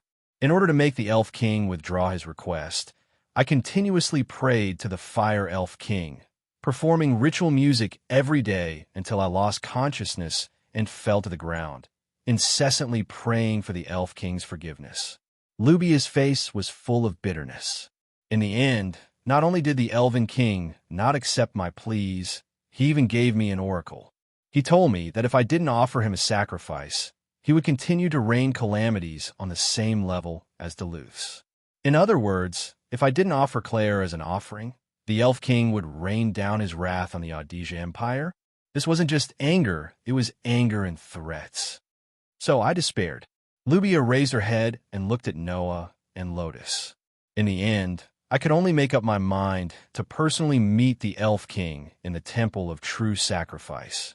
The Temple of True Sacrifice. Unlike the Temple of True Sacrifice and the other temples, it was the true holy land of the elemental elves. This was because the true bodies of the 5 Elf Kings were in the Temple of True Sacrifice. It was the holy land of the elves, the holy land in the hearts of humans, and an absolute taboo place. As the residents of the Elf Kings, the Temple of True Sacrifice prohibited any human or elf from entering. Once you entered, you would die an unnatural death. This included the elf concubines who directly served the Elf King. Directly meeting the Elf King in the Temple of True Sacrifice was an absolute taboo. However, in her despair, Lubia could only choose to break this taboo and go to the Temple of True Sacrifice. It was then that I saw. Lubia's voice began to tremble. The scene of the otherworldly darkness devouring the Elf King. Hearing Lubia's words, Lotus's eyes also wavered and her entire body began to tremble. Celestia said that 3 years ago, Lotus won the Elven Sword Dance Festival and went to the Temple of True Sacrifice to make a wish. At that time, she launched an assassination attempt on the Elf King and successfully killed the Water Elf King's crazed personality, releasing the original personality of the Water Elf King. Then, Lotus must have seen the otherworldly darkness like Lubia, right? It was only then that I understood that the Elf Kings had already gone mad, Lubia said in a low voice. If we continue to keep those crazy Elf Kings, one day, the world will be destroyed by the 5 Elf Kings. It will be the same for both the human world and the elemental world. As someone who knew the truth, there was only one thing that Lubia could do. That was to shoulder all the sins and fight against the rulers of the world. Noah was silent. He didn't expect that the reason why Lubia betrayed the Elf King was because of Claire. If it wasn't for Claire, Lubia wouldn't have broken the absolute taboo and gone to the Temple of True Sacrifice to meet the Elf King and see the otherworldly darkness. If Claire knew the truth, she would definitely be in disbelief, right? I don't regret doing so because I have to do so. I can't continue to serve the culprits who threaten this world. Lubia stared straight at Noah. You're right. If a person can't even protect their family, then they can't protect the world. Perhaps I was the same at that time. That's why I betrayed the Elf King without hesitation, right? Noah's expression became complicated. The truth was actually like this. Since you don't agree with my ideals, then let me see how you're going to save this world. Lubia closed her eyes. I'll see the end. All of a sudden, the surroundings became silent. It was so quiet that it was difficult to breathe. Chapter 1826. After that, Lubia did not say anything else. She leaned against a wall and fell into a deep sleep. The girl's body had not fully recovered yet. The battle with Noah had severely damaged her spirit. The backlash from the spell engraving had also severely damaged her body. Even though Noah had used Aster's power to remove the spell engraving on Lubia's body, the side effects of the spell engraving were still there. For example, even though the spell engraving on Versilia's body had been removed, the backlash from the spell engraving had caused her to lose her ability as an elf. It was the same for Gray and Voss. After teaching Noah the ultimate secret of the ultimate sword technique, the backlash from the spell engraving had caused the strongest elf to become a legend. Lubia did not lose her ability as an elf. After all, as long as the Demon King's power in Lotus' body was still in an awakened state, the Saintess' power in Lubia's body would not disappear. Lotus had said that with perfect control of the Dark Elf King's power, she could even achieve an indestructible body. Lubia's Saintess' power also came from the Elf King, so it should not be too bad.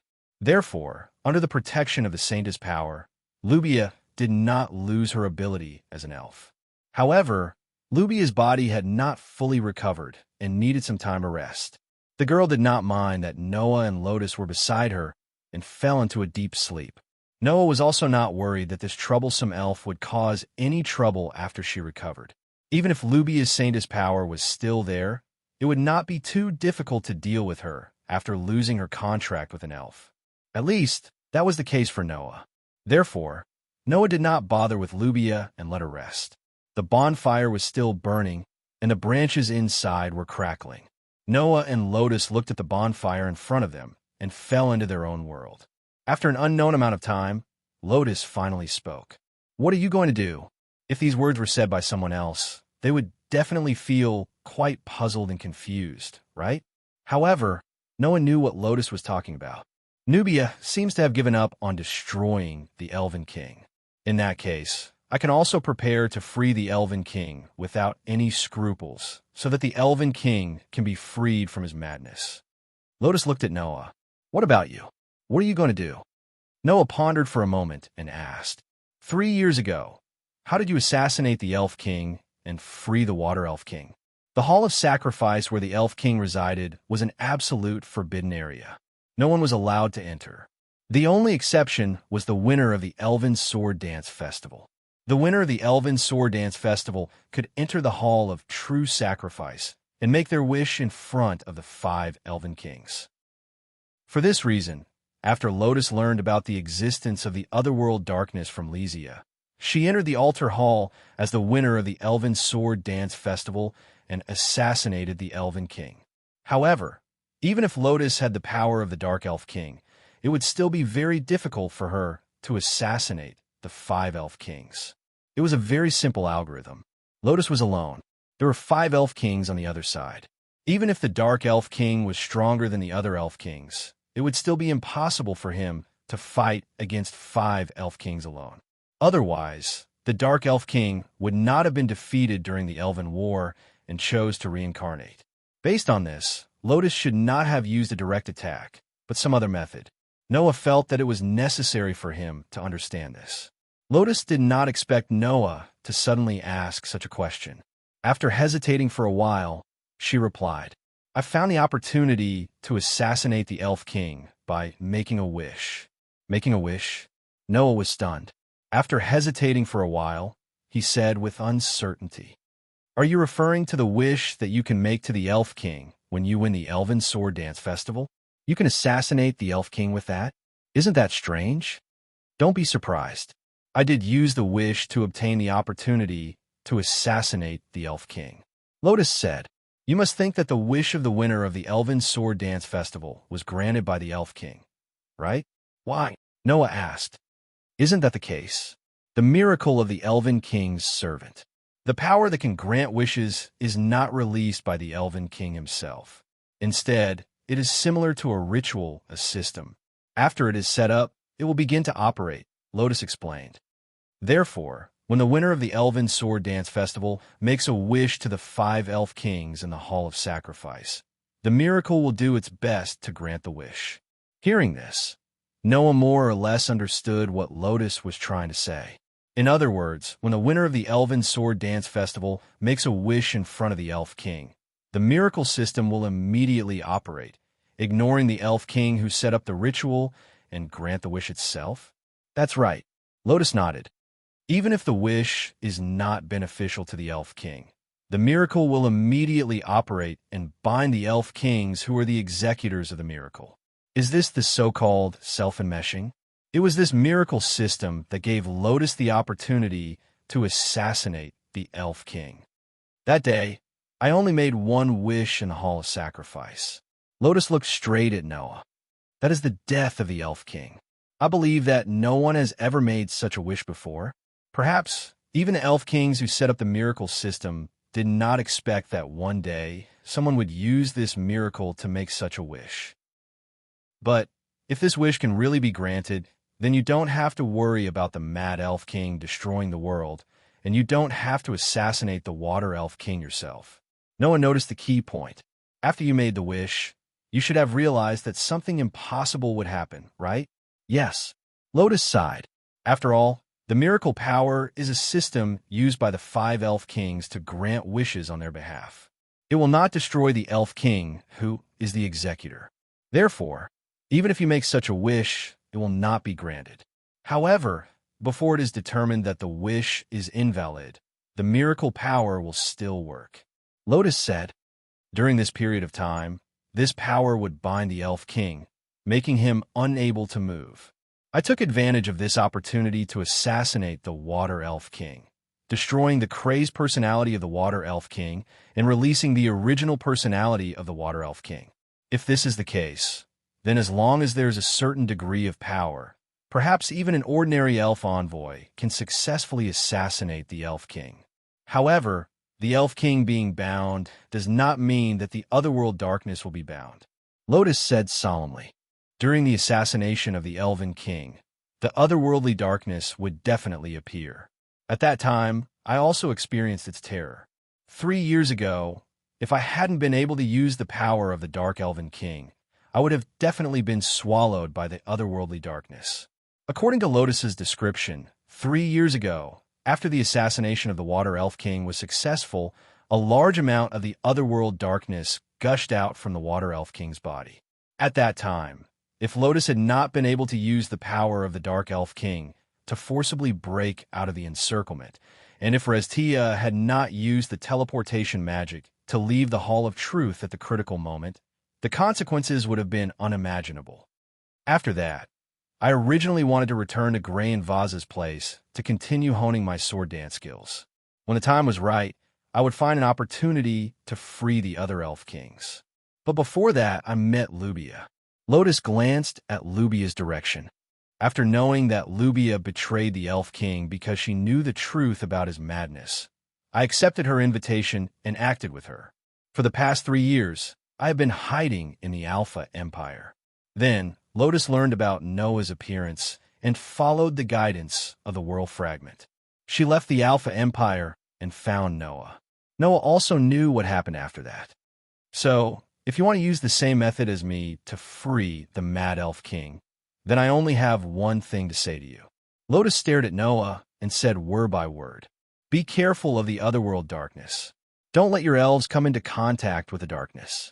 Otherwise, even if you are fine, your elves may go completely crazy. Don't forget." Noah pondered for a moment and nodded heavily. Chapter 18:27. Just like that, time passed by mercilessly. In the blink of an eye, the second night of the abandoned city had arrived. Night was the time when magical fairies were most active. As such, just like last night, large numbers of magic fairies began to appear in the abandoned city, causing it to become quite lively. Among them, there was even a small number of magical fairies.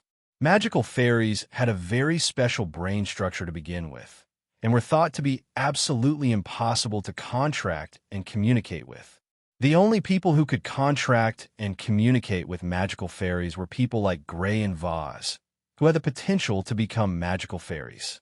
If they encountered magical fairies, under normal circumstances, the magical fairies would attack humans without any explanation. Under such circumstances, if the opponent was still a demon god-level magical fairy, it would be a fatal situation. Therefore, on the night of the abandoned city, the contestants of the Elven Sword Dance Festival who were still on the stage would choose to hibernate and rest. Right? After all, not everyone could be like Noah, Lotus, and Lubia, who had the power of the Elven King that could govern all the elements in the world and was equivalent to a god. For Noah, Lotus, and Lubia, magical fairies were existences that could be casually dealt with. Only mythical fairies required a bit of effort, but it was only a bit of effort. As for human magical fairies, only Gray and Vaz, who were known as the strongest magical fairies in the continent, had the power to kill magical fairies alone. This was enough to prove the difference between human magical fairies and abnormal existences like Noah, Lotus, and Lubia. Even without Noah, Lotus was the reincarnation of the Demon King, and Lubia was the successor of the Saintess. Both of them were more or less stronger than the previous Demon King and Saintess because of the existence of the World Fragment. To say that they were abnormal existences was not wrong at all. In this way, normal magical fairies could not ignore the threat of magical fairies. Even the trump cards of the various countries were the same. However, as existences whose power in this world exceeded the scale, Noah, Lotus, and Lubia also stayed inside a building and rested under the light of a bonfire. Noah leaned against a wall and fell into a deep sleep. Lotus sat in front of the bonfire and closed her eyes to rest. Lubia, who had been resting with her eyes closed for the whole day, suddenly opened her eyes slowly. Looking at Noah, who was in deep sleep, and Lotus, who was taking a nap, Lubia propped up her body, raised her hand, opened, and closed her palm. After feeling the condition of her body, she muttered to herself in a self-deprecating manner, "Have you fully recovered? Should I say that this is truly the power of the Saintess of the 5 great elf kings?" After muttering to herself, Lubia got up and walked to Noah. Looking at the defenseless Noah sleeping in front of her, Lubia was stunned for a long time. After a long time, Lubia murmured again, "Let me see how you're going to face the truth of this world." After saying that, Lubia took out a magic stone and gently placed it in Noah's hand. It was the magic stone that belonged to Lubia. After losing the magic stone, it wouldn't be long before Lubia would be teleported out of this abandoned city. Before that, a voice entered Lubia's ears. "Are you going to hand everything over to Noah?" The voice from behind did not surprise Lubia in the slightest. As if she already knew that the other party would speak, Lubia spoke with a calm face. Since I've already lost, it's useless to say anything more. Losers don't have the right to express their ideals. Only winners can keep moving forward. What I have to do is more or less finished. Is that so? Lotus opened her eyes and stared at the bonfire in front of her. She did not look at Lubia at all. So, what are you going to do next? I'll wait and see. Lubia did not look at Lotus and directly answered. Before this elven sword dance ends and before Noah Dole makes a wish in front of the Elf King, I won't do anything. As for what will happen after that, I'll make a decision based on the situation. Lubia closed her eyes. I hope your idea of saving the Elf King won't die prematurely. When these words came out of Lubia's mouth, a magic square slowly flashed under her body. Lubia's body turned into a ray of light and merged with the magic square. Then, she disappeared with the magic square. From the beginning to the end, Lotus did not look at Lubia's direction. She did not even watch Lubia leave. She quietly sat there and looked at the bonfire. The light of the fire reflected in her eyes. Is it really okay to let Lubia Elstian leave just like that? Lestia's voice came from the black magic sword that was leaning on the side. Maybe she hasn't given up on the idea of destroying the Elf King? It's okay. Lotus picked up a branch and threw it into the bonfire. In this world, only Noah and I have the ability to destroy the Elf King. Lubia's saintess power came from the 5 Elf Kings. It's impossible for her to destroy the master of that power. In this situation where neither I nor Noah agree with her idea, even if she wants to destroy the Elf King, she can't do it. In the face of the gods and rulers of this world, the power of humans was too weak. Not everyone in this world could be like the lucky ones in the world of the God Slayer, who relied on luck and opportunity to kill the gods.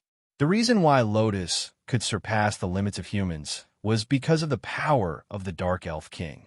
The reason why Lubia could surpass the limits of humans was because of the power of the 5 Elf Kings. As for Noah, Lotus did not know what kind of existence he was. The reason why Lotus could perfectly awaken and control the power of the Dark Elf King was because of the thing in her heart that Noah called the World Fragment. Being able to know the existence of that thing, Noah was already mysterious enough. Therefore, even if she did not know how Noah could surpass the limits of humans, Lotus did not doubt this man, because Lotus had a feeling. This man would not betray the world. No, it should be said that it was absolutely impossible for Noah to betray the world. That was right. Lotus, who was thinking this, did not know. In fact, Noah did not fall into a deep sleep at all. Noah clearly heard the conversation between Lotus and Lubia. As for Lubia's departure, Noah was also aware of it. Pretending to be asleep, Noah was silent for a while. After a while, Noah spoke in his mind. Is it okay to let Lubia leave like this? Aster? After a while, Aster's voice sounded in Noah's mind. It's okay. Aster gave the same answer as Lotus and said so. Lubia Elstian is Alicia's successor, but she is not Alicia in the end. Aster's voice was emotionless as usual. However, Noah could hear the faint emotions in Aster's voice. In it, there was relief and disappointment. Relief because the master who died because of his curse did not appear in front of him, so Aster did not know how to face it. Disappointment because Alicia did not come back to life. For Aster to be able to hide such conflicting feelings in his plain words, it was truly amazing. In this regard, Noah did not know what to say. On the other hand, Athena's voice echoed in Noah's mind. If you want great power, it is natural to pay a price, Athena said softly. Holy Sword Spirit, you are an existence that even the Elven King has to be wary of. If you want to obtain your power, it is natural to pay a price. Perhaps you think that the Saintess of Salvation was harmed by you, but I must tell you that it was her choice. If you keep feeling guilty, then you are denying her choice. Aster was silent. However, Noah also wanted to agree with Athena's words. Alicia knew about the curse a long time ago, but she still chose to use you. Noah said, if it were me, I would not want you to see my choice as your own fault. If that happened, I would be sad. Aster did not say anything else. Noah and Athena also fell silent and did not say anything else. Noah only hoped that Aster could use this opportunity to walk out of the shadow of the past. That would be good. Chapter 1828. There really was no sunlight during the day in the abandoned city. Even though dawn had arrived, the sky was still the same as it was 2 days ago. It was gray and there was no sign of life. However, the magical fairies that were active at night had begun to quietly retreat and hide their whereabouts, proving that the day had arrived. Even though there was no sunlight, Noah still woke up from his sleep. The bonfire had been extinguished and was no longer burning. It emitted a faint burnt smell that was slightly pungent. In front of the bonfire, 2 girls sat side by side and were gnawing on bread. The 2 girls were naturally Lotus and Lysia. Perhaps they did not notice that Noah had woken up. Lotus and Lysia gnawed on the bread in their hands while chatting. From Noah's point of view, this scene was like a pair of sisters chatting. It was quite heartwarming. From this, it could be seen how close Lotus and Restia were to each other. Of course, if their relationship was not good, after Noah defeated Lotus yesterday, Lysia would not have stood up to face Noah alone and protected Lotus. These 2 girls had always been together since they were young. The bond between the 2 of them was so deep that it was impossible for outsiders to understand, right? Just as Noah was thinking this, Lysia, who was chatting with Lotus, suddenly turned her dusk-like eyes to Noah and spoke with a faint smile. You're already awake, but you're still hiding and peeping. Is this also your interest? As Celestia spoke, Rin reacted and looked at Noah as well. Under the gazes of the 2 girls, Noah curled his lips. You're not changing or bathing. What's the benefit of peeping? Oh, Lysia immediately revealed a mischievous smile. In other words, if we're changing or bathing, you'll peep? Who knows? Noah said indifferently. Why don't you try it first? Celestia blinked and turned her gaze to Lotus. That's what she said. Do you want to try? Don't be ridiculous, Lotus said helplessly. That won't do any good either, right? Restia pursed her lips and laughed. Her laughter was as pleasant as the ringing of a bell, making one feel relaxed and happy. Throughout this process, Celestia didn't stop nibbling on the bread in her hand. Elves didn't need to eat. However, many elves actually like to eat human food to satisfy their appetite. Therefore, when humans worshiped the elves, they would usually offer food as an offering, even if the target was the elf king. Of course, not all elves like human food. Take Athena, for example. Before she became an elf, when she was still a god, she never ate. After she became an elf of God's blade, she had no intention of changing. That's what I said. Although it's natural for the gods and elves to consume the offerings offered by humans, for a warrior, the only way to continue fighting is to not rely on food. Even if I'm no longer the goddess of war, there's no need for me to cater to the interests of humans. That was what Athena said. Even if she was no longer the god of disobedience and would not be swallowed by the arrogance of the god of disobedience, as a former goddess, Athena's arrogance still existed. Noah had no reason to refute her. Besides, not eating wouldn't have any effect, so Noah let Athena do as she pleased. On the other hand, Aster was sometimes interested in human food. He would often appear when Noah was eating, like a small animal waiting to be fed, asking for food from Noah. It was very cute. Unfortunately, the conversation last night seemed to have enlightened Aster, and it seemed like he wouldn't appear today. Moreover, Lysia seemed to be an elf who liked human food too. Looking at the appearance of the highest dark elf nibbling on the bread with relish, Noah couldn't help but laugh. Then, Noah glanced at the magic stone in his arms. It was the magic stone left behind by Lubia when she left last night. Noah's expression didn't change as he kept the magic stone. Then, he straightened his body and went to the extinguished bonfire.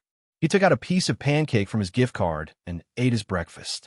Seeing that Noah kept the magic stone left behind by Lubia, Lotus turned her gaze to Noah. It seems that when Lubia left, you didn't fall asleep. Aren't you the same?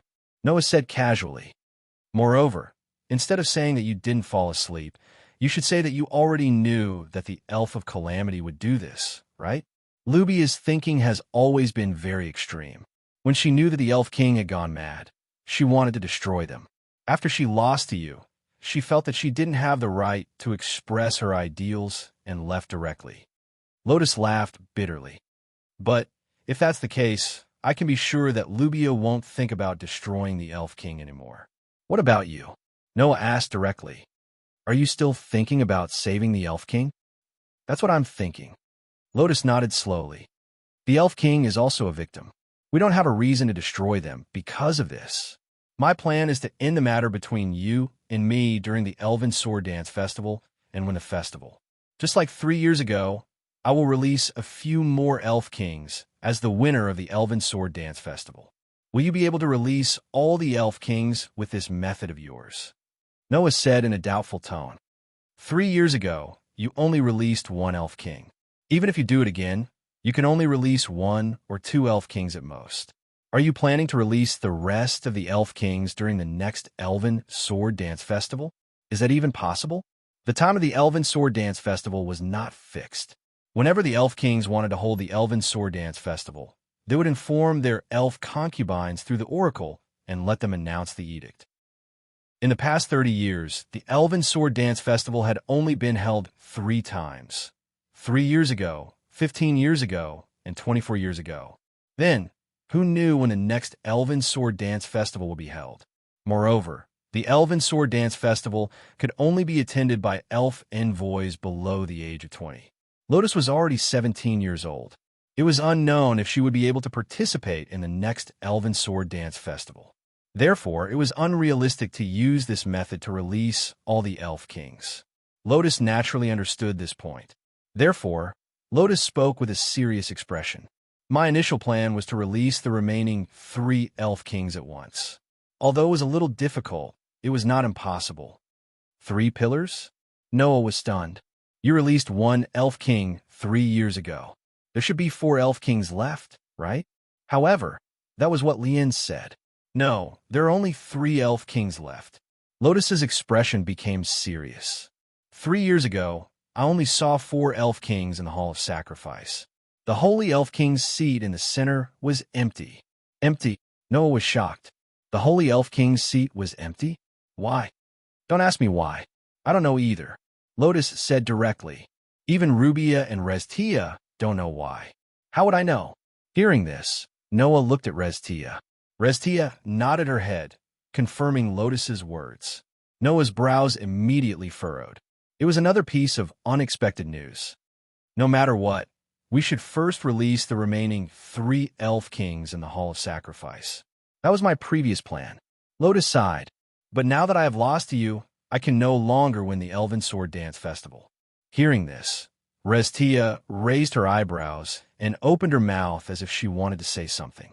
However, before she could, Noah spoke. Haven't you always wanted to know what I would do after knowing that the Elf King had gone crazy? Noah suddenly smiled. Now, I will tell you. After saying that, Noah directly voiced his thoughts. After knowing Noah's thoughts, Lotus and Restia widened their eyes in disbelief.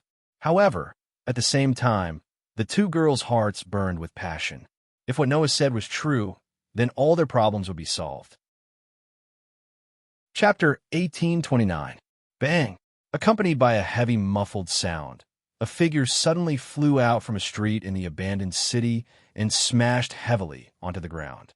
He slid for a distance before coming to a stop. It was an elven envoy wearing a red and white uniform with strange patterns drawn on it. Judging from the uniform, this young girl was an elven envoy from the Holy Roha Kingdom. In other words, this young girl was a member of the Saint Knights.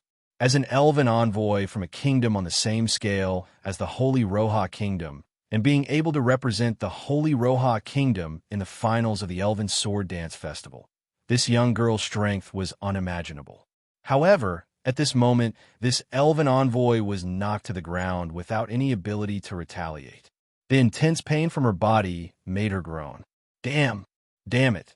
The young girl could only lie on the ground and raise her head with difficulty, casting her gaze forward. There, a man and a woman were slowly walking over. They were none other than Noah and Lotus. The young girl glared at Noah and Lotus with resentment and spoke with a hoarse voice. Why is the male elven envoy and the strongest sword dancer together? The two of them were not from the same kingdom, nor were they companions. They were even enemies, so why would they be together? No matter how she thought about it, this elven envoy from the Holy Roha Kingdom couldn't figure it out. Of course, Noah and Lotus didn't need to explain it to her. After all, the resentment in the elven envoy's eyes made them feel uncomfortable. However, Noah and Lotus weren't surprised by the other party's reaction. During the preliminaries of the Elven Sword Dance Festival, Noah had defeated the other two elven envoy teams from the Holy Roha Kingdom. Moreover, he had ruthlessly turned the tables on them when they were looking down on a group of students. He had already offended the elven envoys of the Holy Roha Kingdom. During the finals of the previous Elven Sword Dance Festival, Lotus had defeated the trump card of the Holy Roha Kingdom and won the championship. It was impossible for these people to have a good impression of her. The result was like this. Therefore, there was nothing much to say to each other. Lotus stepped forward and took away the magic stone from the elven envoy. The elven envoy wanted to resist, but was powerless to do so. Clang! A magic array immediately appeared under the elf and brought him back to the high shrine. Holding the demon stone, Lotus tossed it to Noah. That's the third piece. That was right. Since the morning, Noah and Lotus had been hunting in this abandoned city, and they had encountered two enemies. The first one he encountered was the Dragon Emperor Knights of the Dragon Duchy of Drago. The other party had two people working together, but they encountered Noah and Lotus. They couldn't even escape and were directly knocked down by Lotus, who took away two Devil Stones. The second time, he encountered the Saint Knights of the Kingdom of Divine Georgia. It was the elf envoy from before. Naturally, the other party did not even have the chance to escape and was directly dealt with by Lotus, resulting in the previous scene, which allowed Lotus to obtain the third magic stone. However, Lotus gave all three magic stones to Noah, for the sake of Noah's plan. In order to realize Noah's plan, it was necessary to enter the high shrine and directly meet the Elf King. Therefore, Lotus gave up the chance to win and chose to work together with Noah. She even began to assist Noah to win the Elven Sword Dance Festival. In the finals of the Elven Sword Dance Festival, only Lotus and Rubia could pose a threat to Noah. Now, Rubia had withdrawn, and Lotus stood on Noah's side. The result was naturally that the two of them dominated this abandoned city. There was no other possibility. Now, we have defeated one member of the Saint Knights and two members of the Dragon Emperor Knights. Noah tossed the magic stone in his hand. In addition to the magic stones of Red Lotus, Malia, and Lily from your Purgatory Apostles, and my own magic stone, I have 7 magic stones. Today is the last day of the finals. There are less than 3 hours until the end of the competition. Lotus held the black magic sword and said, "Before that, I will give you the 2 magic stones that I have. That way, you'll have 9 magic stones. It shouldn't be a problem for you to win the competition, right?" The only teams that entered the finals of the Elven Sword Dance Festival were Fairy's Tale, Purgatory Apostles, Saint Knights, and Dragon Emperor Knights. A total of 4 teams. Each team had 5 people, so 4 teams would have 20 people. All the magic stones added up to 20 people. Noah alone obtained almost half of the magic stones. Unless someone else obtained the rest of the magic stones, there was no way they could win. It's still a little risky. Although it's difficult, we can't be sure that no one will obtain the rest of the magic stones. So, it's best to obtain 1 more magic stone to ensure that we have half of the magic stones. That way we won't lose. As he said that, Noah noticed something else. He looked at Lotus. "All right, you have 2 magic stones. One of them is yours, right? Who does the other one belong to? Is it the Saint Knights of the Holy Kingdom or the Dragon Emperor Knights of the Dragon Duchy of Draconia? Don't tell me it belongs to my companion." "Neither." Lotus shook her head. "That is the Purgatory Apostles' magic stone." The Purgatory Apostles' magic stone. Noah was stunned. "You attacked your companion?" "To be more precise, it should be said that the other party attacked me." Lotus said calmly. "Sarah Khan, the princess of the Alphys theocracy. She is also a member of the power that believes in the Demon King. She has always had her eyes on me, but she couldn't find a chance to attack me." Until this finals, when everyone would be randomly teleported, Sarah Khan found me. As for the result, there was no need to mention it. In the face of the Demon King who had fully awakened the power of the Dark Elf King, a human elf was just like an ant. How could there be a second ending?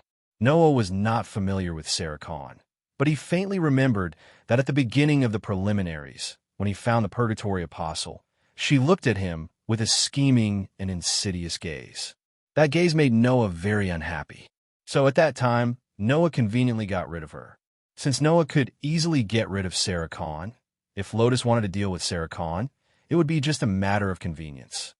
However, you're right. In order to ensure victory, it is necessary to obtain another magic stone. Lotus said, although you can achieve your goal as long as one of your companions is not eliminated, but perhaps your companion has already been eliminated.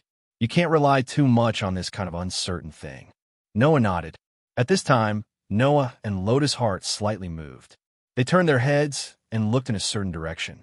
There, a figure slowly appeared. As soon as she appeared, her gaze landed on Lotus. I finally found you, Lotus Asubble.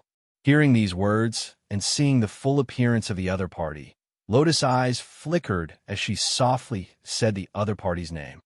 Luminalis Saint Richette. The newcomer was the ace general of the Holy Tuya Kingdom. 3 years ago, she was defeated by Lotus in the finals of the Elven Sword Dance Festival. She was the rumored holy elf envoy Luminalis. It wasn't just Luminalis. Whoosh!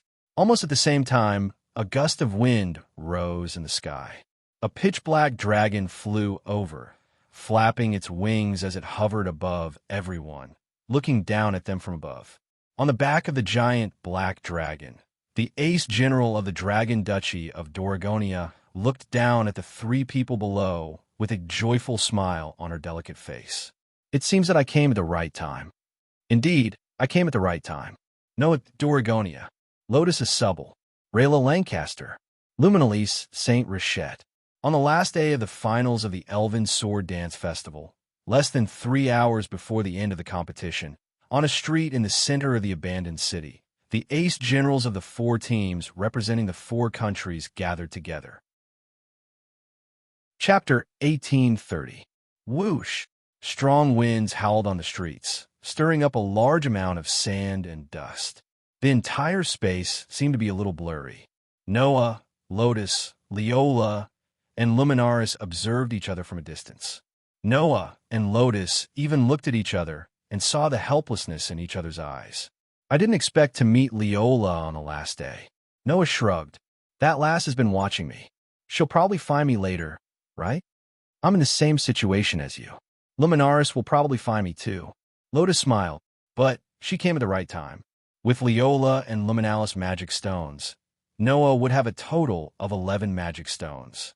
He would definitely be able to win the competition. With less than 3 hours left in the competition, it was a blessing from the heavens to meet an opponent. Although Noah and Lotus were the ones who were found. Leola, who was flying in midair, looked at Noah and Lotus who were standing side by side. Her delicate face was filled with doubt. Why would Noah and Lotus be together? Not only were they elven messengers from different countries, but they also seemed to have fought on the first day of the Elven Sword Dance Festival preliminaries. In that case, Noah and Lotus should be enemies. Why would they be together? Leola couldn't help but think of the first day of the finals. That day, didn't Leola, who had her divine power stolen by the crippled elf, also act together with Noah? Since Leola, who was also an enemy, could act together with Noah, it wasn't strange that Lotus Asubble would act together with Noah. After this thought flashed through her mind, Leola suddenly smiled. The 2 elven messengers who were known as the strongest in the Elven Sword Dance Festival were able to meet on the last day of the finals. This might be the blessing of the dragon god. However, there's still only one person that I want to defeat the most. Leola looked at Noah with a burning gaze. That's you, Noah Doria. I know. Noah curled his lips and smiled. It's not that I haven't considered it. If I meet you again, I'll satisfy you a little. It seems that now is the best time. That's right. Leola's expression became joyful. Then, as though she recalled something, she turned around and looked at Luminaris. Holy elf messenger of the Holy Kingdom, You won't stop me, right? I should be the one saying that. Luminalise didn't even look at Leola. She didn't even look at Noah. She only looked straight at Lotus and said as such. It's just as you said. Even though there are 2 elven envoys who are rated as the strongest here, there is still only one person I want to defeat the most, and that is Rena Subble. After that, Luminaris gathered a flash of light in her hand. The light turned into a pure, white, holy sword that Luminaris gripped tightly in her hand. Holding the pure, white, holy sword, Luminaris pointed at Lotus from afar, her eyes full of determination. Luminaris, you haven't forgotten the finals 3 years ago, right? Of course, I haven't forgotten, Luminaris nodded. You were the only one who gave me a tough battle during the Elven Sword Dance Festival 3 years ago. I still remember you. After saying this, Lotus muttered in her heart. Of course, I didn't use the Dark Elf King's power during the Elven Sword Dance Festival 3 years ago. Even under such circumstances, Lotus had only fought a slightly bitter battle against Luminaris. It was imaginable that even without the Dark Elf King's power, Luminaris was still much stronger than ordinary human elf messengers. The title of the strongest sword dancer wasn't just for show. Luminaris didn't know about this. However, Luminaris couldn't forget the Elven Sword Dance Festival 3 years ago. Actually, I was very confident that I could win that battle because you were using a dark elf and I was using a holy elf. My advantage was too obvious when our attributes countered each other. Luminaris clenched her teeth. However, even with such an obvious advantage, I still lost to you in the finals of the Elven Sword Dance Festival 3 years ago. Today, I finally have the chance to take revenge on you. I won't run away. Lotus accepted Luminalis' challenge with a straight face. Besides, I'm still using a dark elf. Let me see how strong you become in the past 3 years. On the other side, Leola also leaped down from the sky. The pitch-black dragon transformed into a ray of light that gathered in Leola's hand and transformed into a pitch-black greatsword. Holding the pitch-black greatsword in her hand, Leola raised her eyes and looked at Noah. Her eyes flashed with eagerness to give it a try. This time, I must determine the winner with you. Noah met Leola's gaze and nodded after seeing the intimidating look in her eyes. This is also the last chance. I won't run away either. As soon as he finished speaking, a small silver sword appeared in Noah's hand. It gradually emitted a dazzling light and slowly turned into a shiny silver steel sword. The body of the sword shone with an intense sharpness. Noah, who was originally worried that Aster might not be in the right state and was considering if he should use Athena, finally calmed down. He grasped the silver holy sword in his hand and felt the divine power coming from Aster. He then looked at Leola. Come on, let's end this battle before the end of the competition. Hearing this, Leola showed a fearless smile. That's exactly what I want. As soon as she finished speaking, dong! Leola abruptly stomped on the ground, and her figure suddenly shot out. The elven device in her hand spun like a whistling windmill, and even the air was directly torn apart. With a sharp sound of wind breaking, she violently slashed in Noah's direction. Before the sword arrived, the whistling wind had already hit Noah's body, causing Noah's skin to feel a little stinging pain. Just like before, she had a monstrous strength that was astonishing. After being strengthened by the dragon attribute elven magic, which was known as the highest level of physical strengthening, Leola's physical strength was firmly above Noah's. Therefore, Noah naturally wouldn't be foolish enough to face Leola's monstrous strength head-on. He took a step forward and leaned his body to the side in a strange manner. Swoosh! The sharp greatsword with a chilling intent brought along a sharp gust of wind as it fell close to Noah's body. However, Leola wasn't surprised at all. I knew you'd be able to dodge it. After saying those words, Leola directly raised her fist. Her slender fist suddenly moved, and like a heavy hammer, it abruptly blasted out. Noah didn't expect Leola to suddenly use close-range combat. However, Noah wasn't startled by it.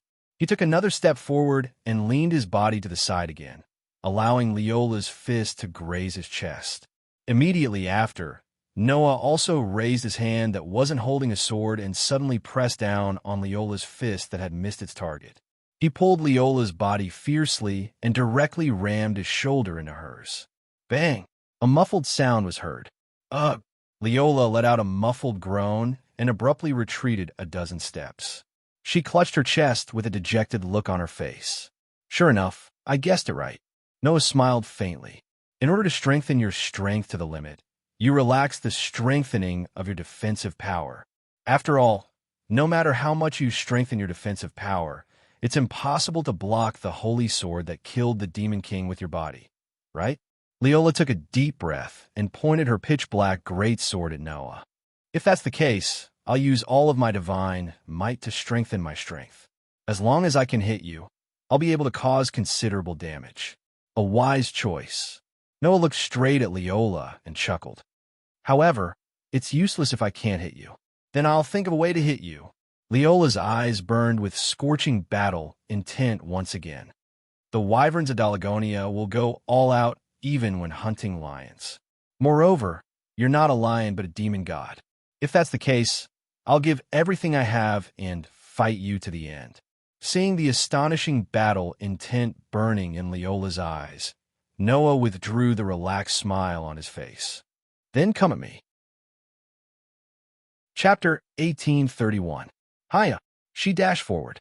The dragon dukedom of Doragonia's dragon dukedom roared with a pitch-black greatsword in her hand. She dashed forward violently, as if she wanted to squeeze out all of her strength. In front of her, the only male elf user on the continent gazed at Leola and gently raised the holy sword in his hand. In the next moment, the silver holy sword and the pitch-black greatsword both turned into sword lights. Clank! The pure white and pitch-black sword lights collided with each other, creating crisp, clanking noises. In an instant, sparks flew everywhere, and phosphorescent godly power rippled like waves of ripples from the elven devices that collided with each other. Hiya! Leola roared like a huge dragon and instantly suppressed Noah with the help of the dragon, attribute elven magic to strengthen her body. Immediately after, the pitch-black greatsword turned into an endless stream of slashes like a storm, swinging in Noah's direction like a torrential storm. His vision was already covered by the saber lights and sword shadows. Noah's pitch-black and deep eyes were as calm as a lake without any ripples. He gently raised the holy sword in his hand again. Clank, clank, clank, clank. If Leola's sword was like a storm that could tear a person's body apart, then Noah's sword was just the opposite. It danced in the void casually like a gentle breeze. However, even so, the storm-like slashes were still deflected by the holy sword, which was like a gentle breeze brushing against one's face. The melodious sounds of swords and halberds continued to resound in the air, which was exceptionally intense. Clank, clank, clank, clank. The sounds of swords and halberds didn't stop. Leola moved closer to Noah with an overwhelming aura. She then slashed out a torrential storm of attacks. She was like a crazed rock cutter, mercilessly shattering all the rocks, debris, and bricks in her surroundings. In the face of such a violent combo, let alone a human, even if a dragon were to barge in, it would be instantly engulfed in the crazily dancing shadows of swords and sabers. Blood and internal organs would splatter, and its body would be smashed into pieces. However, Noah was in the middle of it all. Although Noah had been constantly retreating to avoid being overwhelmed by Leola's astonishing arm strength, he was still able to receive Leola's storm-like slashes every time he swung his sword. Clang, clang, clang, clang, clang. Sparks flew as the two swords clashed. Huff, huff, huff, huff. The whirling elven device stirred up howling winds. One advanced while the other retreated, one attacked while the other defended, and they displayed an extremely intense sword dance. Everywhere they passed, numerous cracks were slashed open on the ground, and it was like a typhoon had passed by, causing it to be extremely shocking. Luminaris held her breath at the sight of this. It had to be said that the intensity of the sword dance had exceeded Luminaris's imagination. Initially, apart from Lienasubble, Luminaris didn't take anyone seriously in this elven sword dance festival. Even though she knew that Noah had defeated Versilia and that Leola was the trump card of the Draconic Duchy of Draconic Kingdom, Luminaris didn't take them seriously and didn't treat them as formidable enemies. It wasn't that Luminaris looked down on Noah and Leola, but in Luminaris's heart, no matter how powerful Noah and Leola were, they couldn't be compared to the strongest sword dancer. Luminaris's goal was to defeat the strongest sword dancer. As such, Luminaris naturally wouldn't be too wary of the elven envoy whom she thought was inferior to Lien. She only took them seriously. Now, after witnessing the battle between Noah and Leola, Luminaris finally understood. Even if they couldn't be compared to Lien, they weren't existences that she could simply ignore. At the very least, the power that Leola displayed was enough to make Luminaris feel solemn. What made Luminaris feel even more solemn was Noah. Luminaris admitted that if she was in Leola's shoes, she would never be able to parry Leola's attacks so perfectly even if she didn't get flustered. She would never have been able to parry Leola's attacks so perfectly even if she didn't get flustered. However, Noah was standing in the middle of the stormy attacks like a rock cutter. Not only did he deflect all of Leola's attacks, but he also had a calm expression on his face as though it wasn't strenuous at all. Moreover, from the beginning to the end, Noah was only parrying and didn't attack at all. Thus, Luminaris immediately understood. He's going easy on me. Luminaris immediately denied this sentence as soon as it came out of her mouth. He's not going easy on me, Lien said calmly. If Noah had switched from defense to offense, the outcome would have been decided in an instant. If Noah was willing, the Dragon Lady might not even have the chance to attack and would be killed immediately. However, the Dragon Lady is a respectable elven envoy. Therefore, Noah probably wants her to retain some of her dignity, which is why he allowed the Dragon Lady to attack, right? Is that so? Luminaris said coldly. Isn't that going easy on her? He's just giving the opportunity to attack first to his opponent. It's not considered going easy on him. Once he switches from defense to offense, Noah will still decide the outcome of the battle in an instant. He's showing his opponent the greatest respect. Lien looked up and stared at Luminaris. I'll also give you the opportunity to attack first and decide the outcome of the battle in an instant. This is the respect I'm showing you in this Elven Sword Dance Festival. Is that so? Luminaris gripped the elven device in her hand tightly as the light in her eyes turned colder and colder. Then I'd like to see if you can kill me in an instant when you switch from defense to offense. As soon as she finished speaking, Luminalis also rushed towards Lotus like a storm. Clank! Following the sound of a collision that was louder than any of the previous ones, the storm-like battle finally came to a stop. Ha! Ha! Ha! Ha! Holding the pitch-black great sword tightly, Leola, who was holding in front of her, still stared at Noah. Her chest was heaving up and down as she panted continuously. Obviously, the fierce attack just now had consumed a lot of the Dragon Lady's stamina. On the other hand, Noah pointed the sacred sword diagonally to the ground. Not only was his breathing not disordered, but his expression was still as calm as before. His performance gave Leola an unusual amount of pressure. At this moment, Leola felt that Noah was like a huge mountain. Not only was he majestic, but he also made her feel small just by standing there. This feeling made Leola tighten her grip on the sword bit by bit, and sweat began to drip down her delicate face. He's really as strong as a monster. A smile appeared on Leola's face as if she was trying to be brave. This is the strength of the elven envoy who can rival the strongest sword dancer. You're also very strong, Noah said sincerely. Among the elven envoys that I know, your strength is definitely in the top 5. You can be proud. Lien and Rubia were both extraordinary existences. One had the strength of the dark elven monarch, while the other had the strength of the 5 elven monarchs. Naturally, they couldn't be defeated by a human elven envoy. Gray and Vaz were known as the strongest elven envoys on the continent. The ultimate sword skills that they developed were used by Noah and Lien, so they were naturally stronger than Leola. However, apart from these existences, Leola was definitely the strongest elven envoy that Noah had ever seen. Even Versilia might not be Leola's match. Of course, this was referring to Versilia before she had a large number of spell engravings. Therefore, I won't show you any mercy. Noah finally raised the sacred sword in his hand and pointed it at Leola. Next, it's my turn. At this moment, a chill ran down Leola's spine. Leola's pupils immediately shrank. Whoa! In the next moment, dense divine power erupted from Noah's body and surged into the sacred sword in his hand.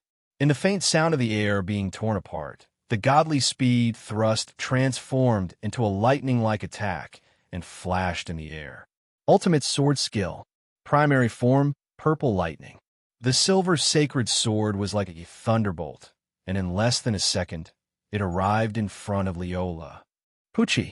Leola only saw a blur in front of her, and then her chest was ruthlessly pierced through.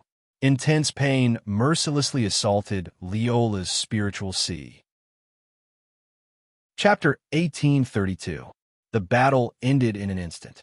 Lying on the ground, Leola clutched her chest. Her face showed a little pain, but more than that, she was satisfied. Noah stood in front of Leola with the silver, holy sword in his hand. He looked down at the dragon princess and spoke helplessly. How is it? Did I satisfy you? Of course. Leola's breathing was hurried and her face was pale. However, the satisfaction in her tone was clear. Although the result is depressing, you show me the peak of the sword dance. With this, I can move toward the peak. She wasn't obsessed with winning or losing, nor was she obsessed with the result. She only enjoyed the process of the battle. As soon as the battle ended, the first thing she thought about wasn't the result of the battle, but her future path. How should he put it? Even Noah began to admire the princess of Dragon Dukedom of Duraguna. Noah smiled and said when he saw the satisfied look on the other party's face, "If there's a chance in the future, you're welcome to challenge me." Of course. Leola gazed at Noah. Even though she couldn't stand up and suffered a crushing defeat, her eyes were still filled with scorching battle intent. From now on, you're my target. Looking at the scorching battle intent in Leola's eyes that didn't diminish at all and was even denser than before, Noah shrugged and welcomed her in a dignified manner. Shing! The silver holy sword emitted a dazzling radiance and gradually shrunk into the shape of a silver dagger. Thank you for your hard work, Aster. Noah muttered softly. Then, he sheathed the silver dagger and looked at Leola. All right, I have to take your magic stones. Those are the spoils of war that you deserve, Leola said matter-of-factly. You can take them as you wish. However, Leola's voice became weaker and weaker, as if she had recalled something important. Her pale face gradually became rosy. Noah felt strange. What's wrong with you? Leola didn't answer. She maintained her blushing face and glared at Noah fiercely before closing her eyes. Let's hurry up and take them. Looking at Leola's blushing face and shameful words, Noah felt baffled. However, Noah still squatted down and searched Leola's body. However, after searching through every pocket of Leola's clothes, Noah couldn't find the magic stones. This time, Noah was stunned. Why isn't it? Could it be that she didn't bring it with her? No. If she didn't bring it with her, she would have been teleported back to the grand altar. Could it be that they were like the elven messengers of the Holy Roha Kingdom, who had set up a magic spell on their bodies that would transfer magic stones to their teammates if they were defeated? But Leola wasn't that kind of person. What are you doing? Leola's face was still red as she spoke with her eyes closed. Let's hurry up and take them. The problem is that I can't find them, Noah said in bewilderment. I've already searched through your pockets. I didn't put them in my pockets. Leola's voice became as soft as a mosquito's, and her face became redder. I put them on my body. Put them on your body? Noah was stunned at first. Then, he thought of a possibility, and the corner of his mouth twitched. His gaze shifted stiffly to Leola's ample bosom. Leola, don't tell me you had the magic stones there. Is that why you're blushing so shyly? This! Noah was speechless and helpless. How am I supposed to take them? Are you going to take them or not? Leola opened her eyes and glared at Noah with a blushing face. If you're a man, You should be more straightforward. Upon hearing that, Noah was amused. Be more straightforward, right? No problem. Since the girl didn't think there was a problem, what was there to be afraid of as a man? With that in mind, Noah reached out his hand. On the other side, the battle between Lotus and Luminalis had also come to an end. Just like Noah, Lotus only endured Luminalis attacks and went into a defensive stance, completely deflecting Luminalis attacks. Unlike Leola, Luminalis didn't just attack ferociously. Sometimes, she would widen the distance and cast elven magic on Lotus. However, in the face of Luminalis elven magic, Lotus also released her own magic sword technique. Death announcing dark lightning. A pitch-black bolt of lightning erupted from the pitch-black magic sword. It flashed through the air and headed straight for Luminaris. Luminalis didn't even have time to react before she was struck by the pitch-black lightning. Beep, beep, beep. The violent pitch-black electric current surged on Luminalis' body and continuously caused damage to her.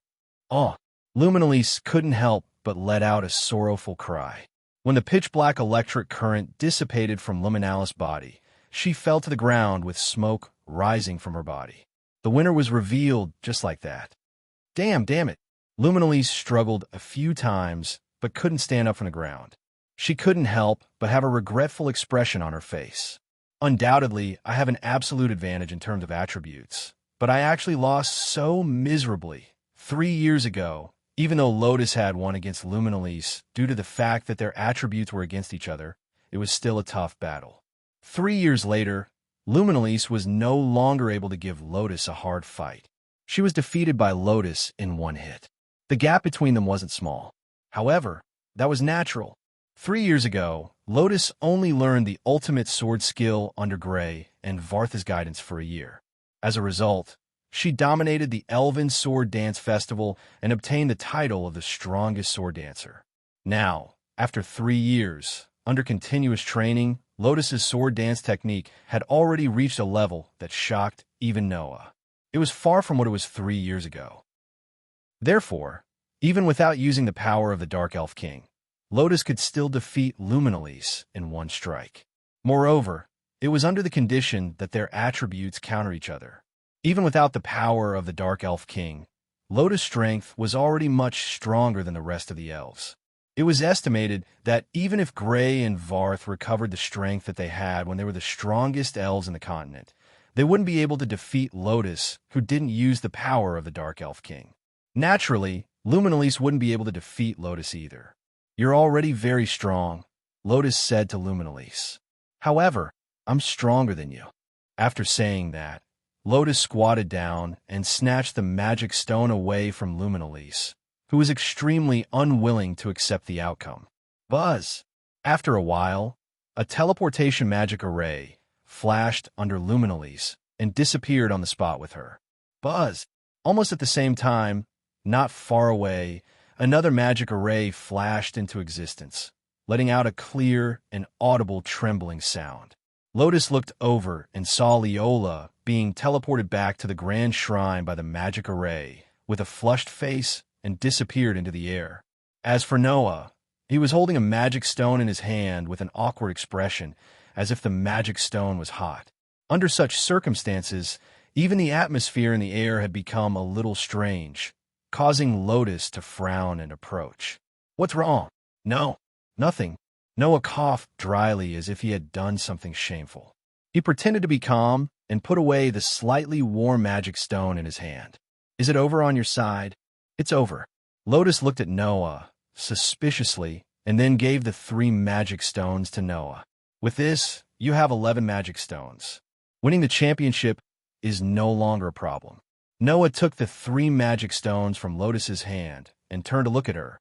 What are you going to do next? I'll stay in the sanctuary for the time being. Lotus looked straight at Noah. I look forward to the best news you can bring.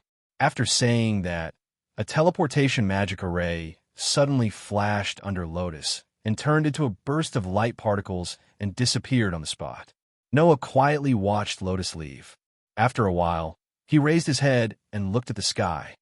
Next is the real show. Just like that, the end of the competition slowly arrived. Chapter 1833. Clank. A pure white flash appeared abruptly in the space, illuminating the entire space. In the flash of light, several figures slowly appeared.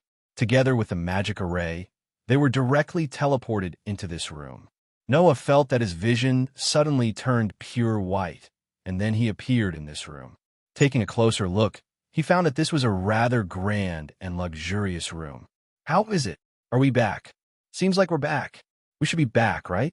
While Noah was observing his surroundings, the voices of several young girls suddenly rang out beside him. Noah turned his head and looked to the side. He immediately saw his companions. The group of girls also noticed Noah's presence. Their eyes lit up, and they quickly approached him. What's the situation now? Claire asked nervously. We should have returned to the floating island in the holy region, right? That's right, we're back. Fiona looked around and seemed to confirm something. She nodded. I came here when I was still witch G of the Divine Rights Court. This is the audience hall in the deepest part of the great sacrificial hall. Usually, if someone wants to see the elf concubine and is allowed to do so, the elf concubine will summon them here. The audience hall of the elf concubine? Alice asked in surprise and doubt. Why were we teleported here? Yeah. Lindsley seemed to be surprised as well. Also, it seems like only our team was teleported here. Why is that? The reason? Isn't it easy to guess? Noah curled his lips and smiled. Only we were teleported here after the elven sword dance ritual ended. The other teams weren't teleported here. There should be only one reason, right? Hearing this, Claire, Lindsley, Fiona, and Alice became excited. That's right. Since only Noah's team was teleported to the audience hall of the elf concubine, there could only be one reason. Right at this moment, a voice sounded.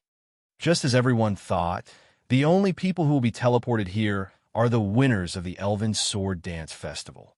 Congratulations on your victory. Following this voice, a young girl slowly walked out from behind the curtain at the very front of the audience hall. It was a girl with waist-length black hair neatly combed into a braid.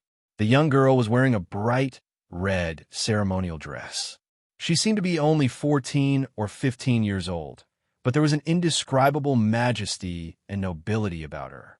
It was enough to make ordinary people hold their breaths when facing this young girl. Although Noah's group did not hold their breaths, they were still shocked by the girl's appearance. That was because Noah and the others had seen them before.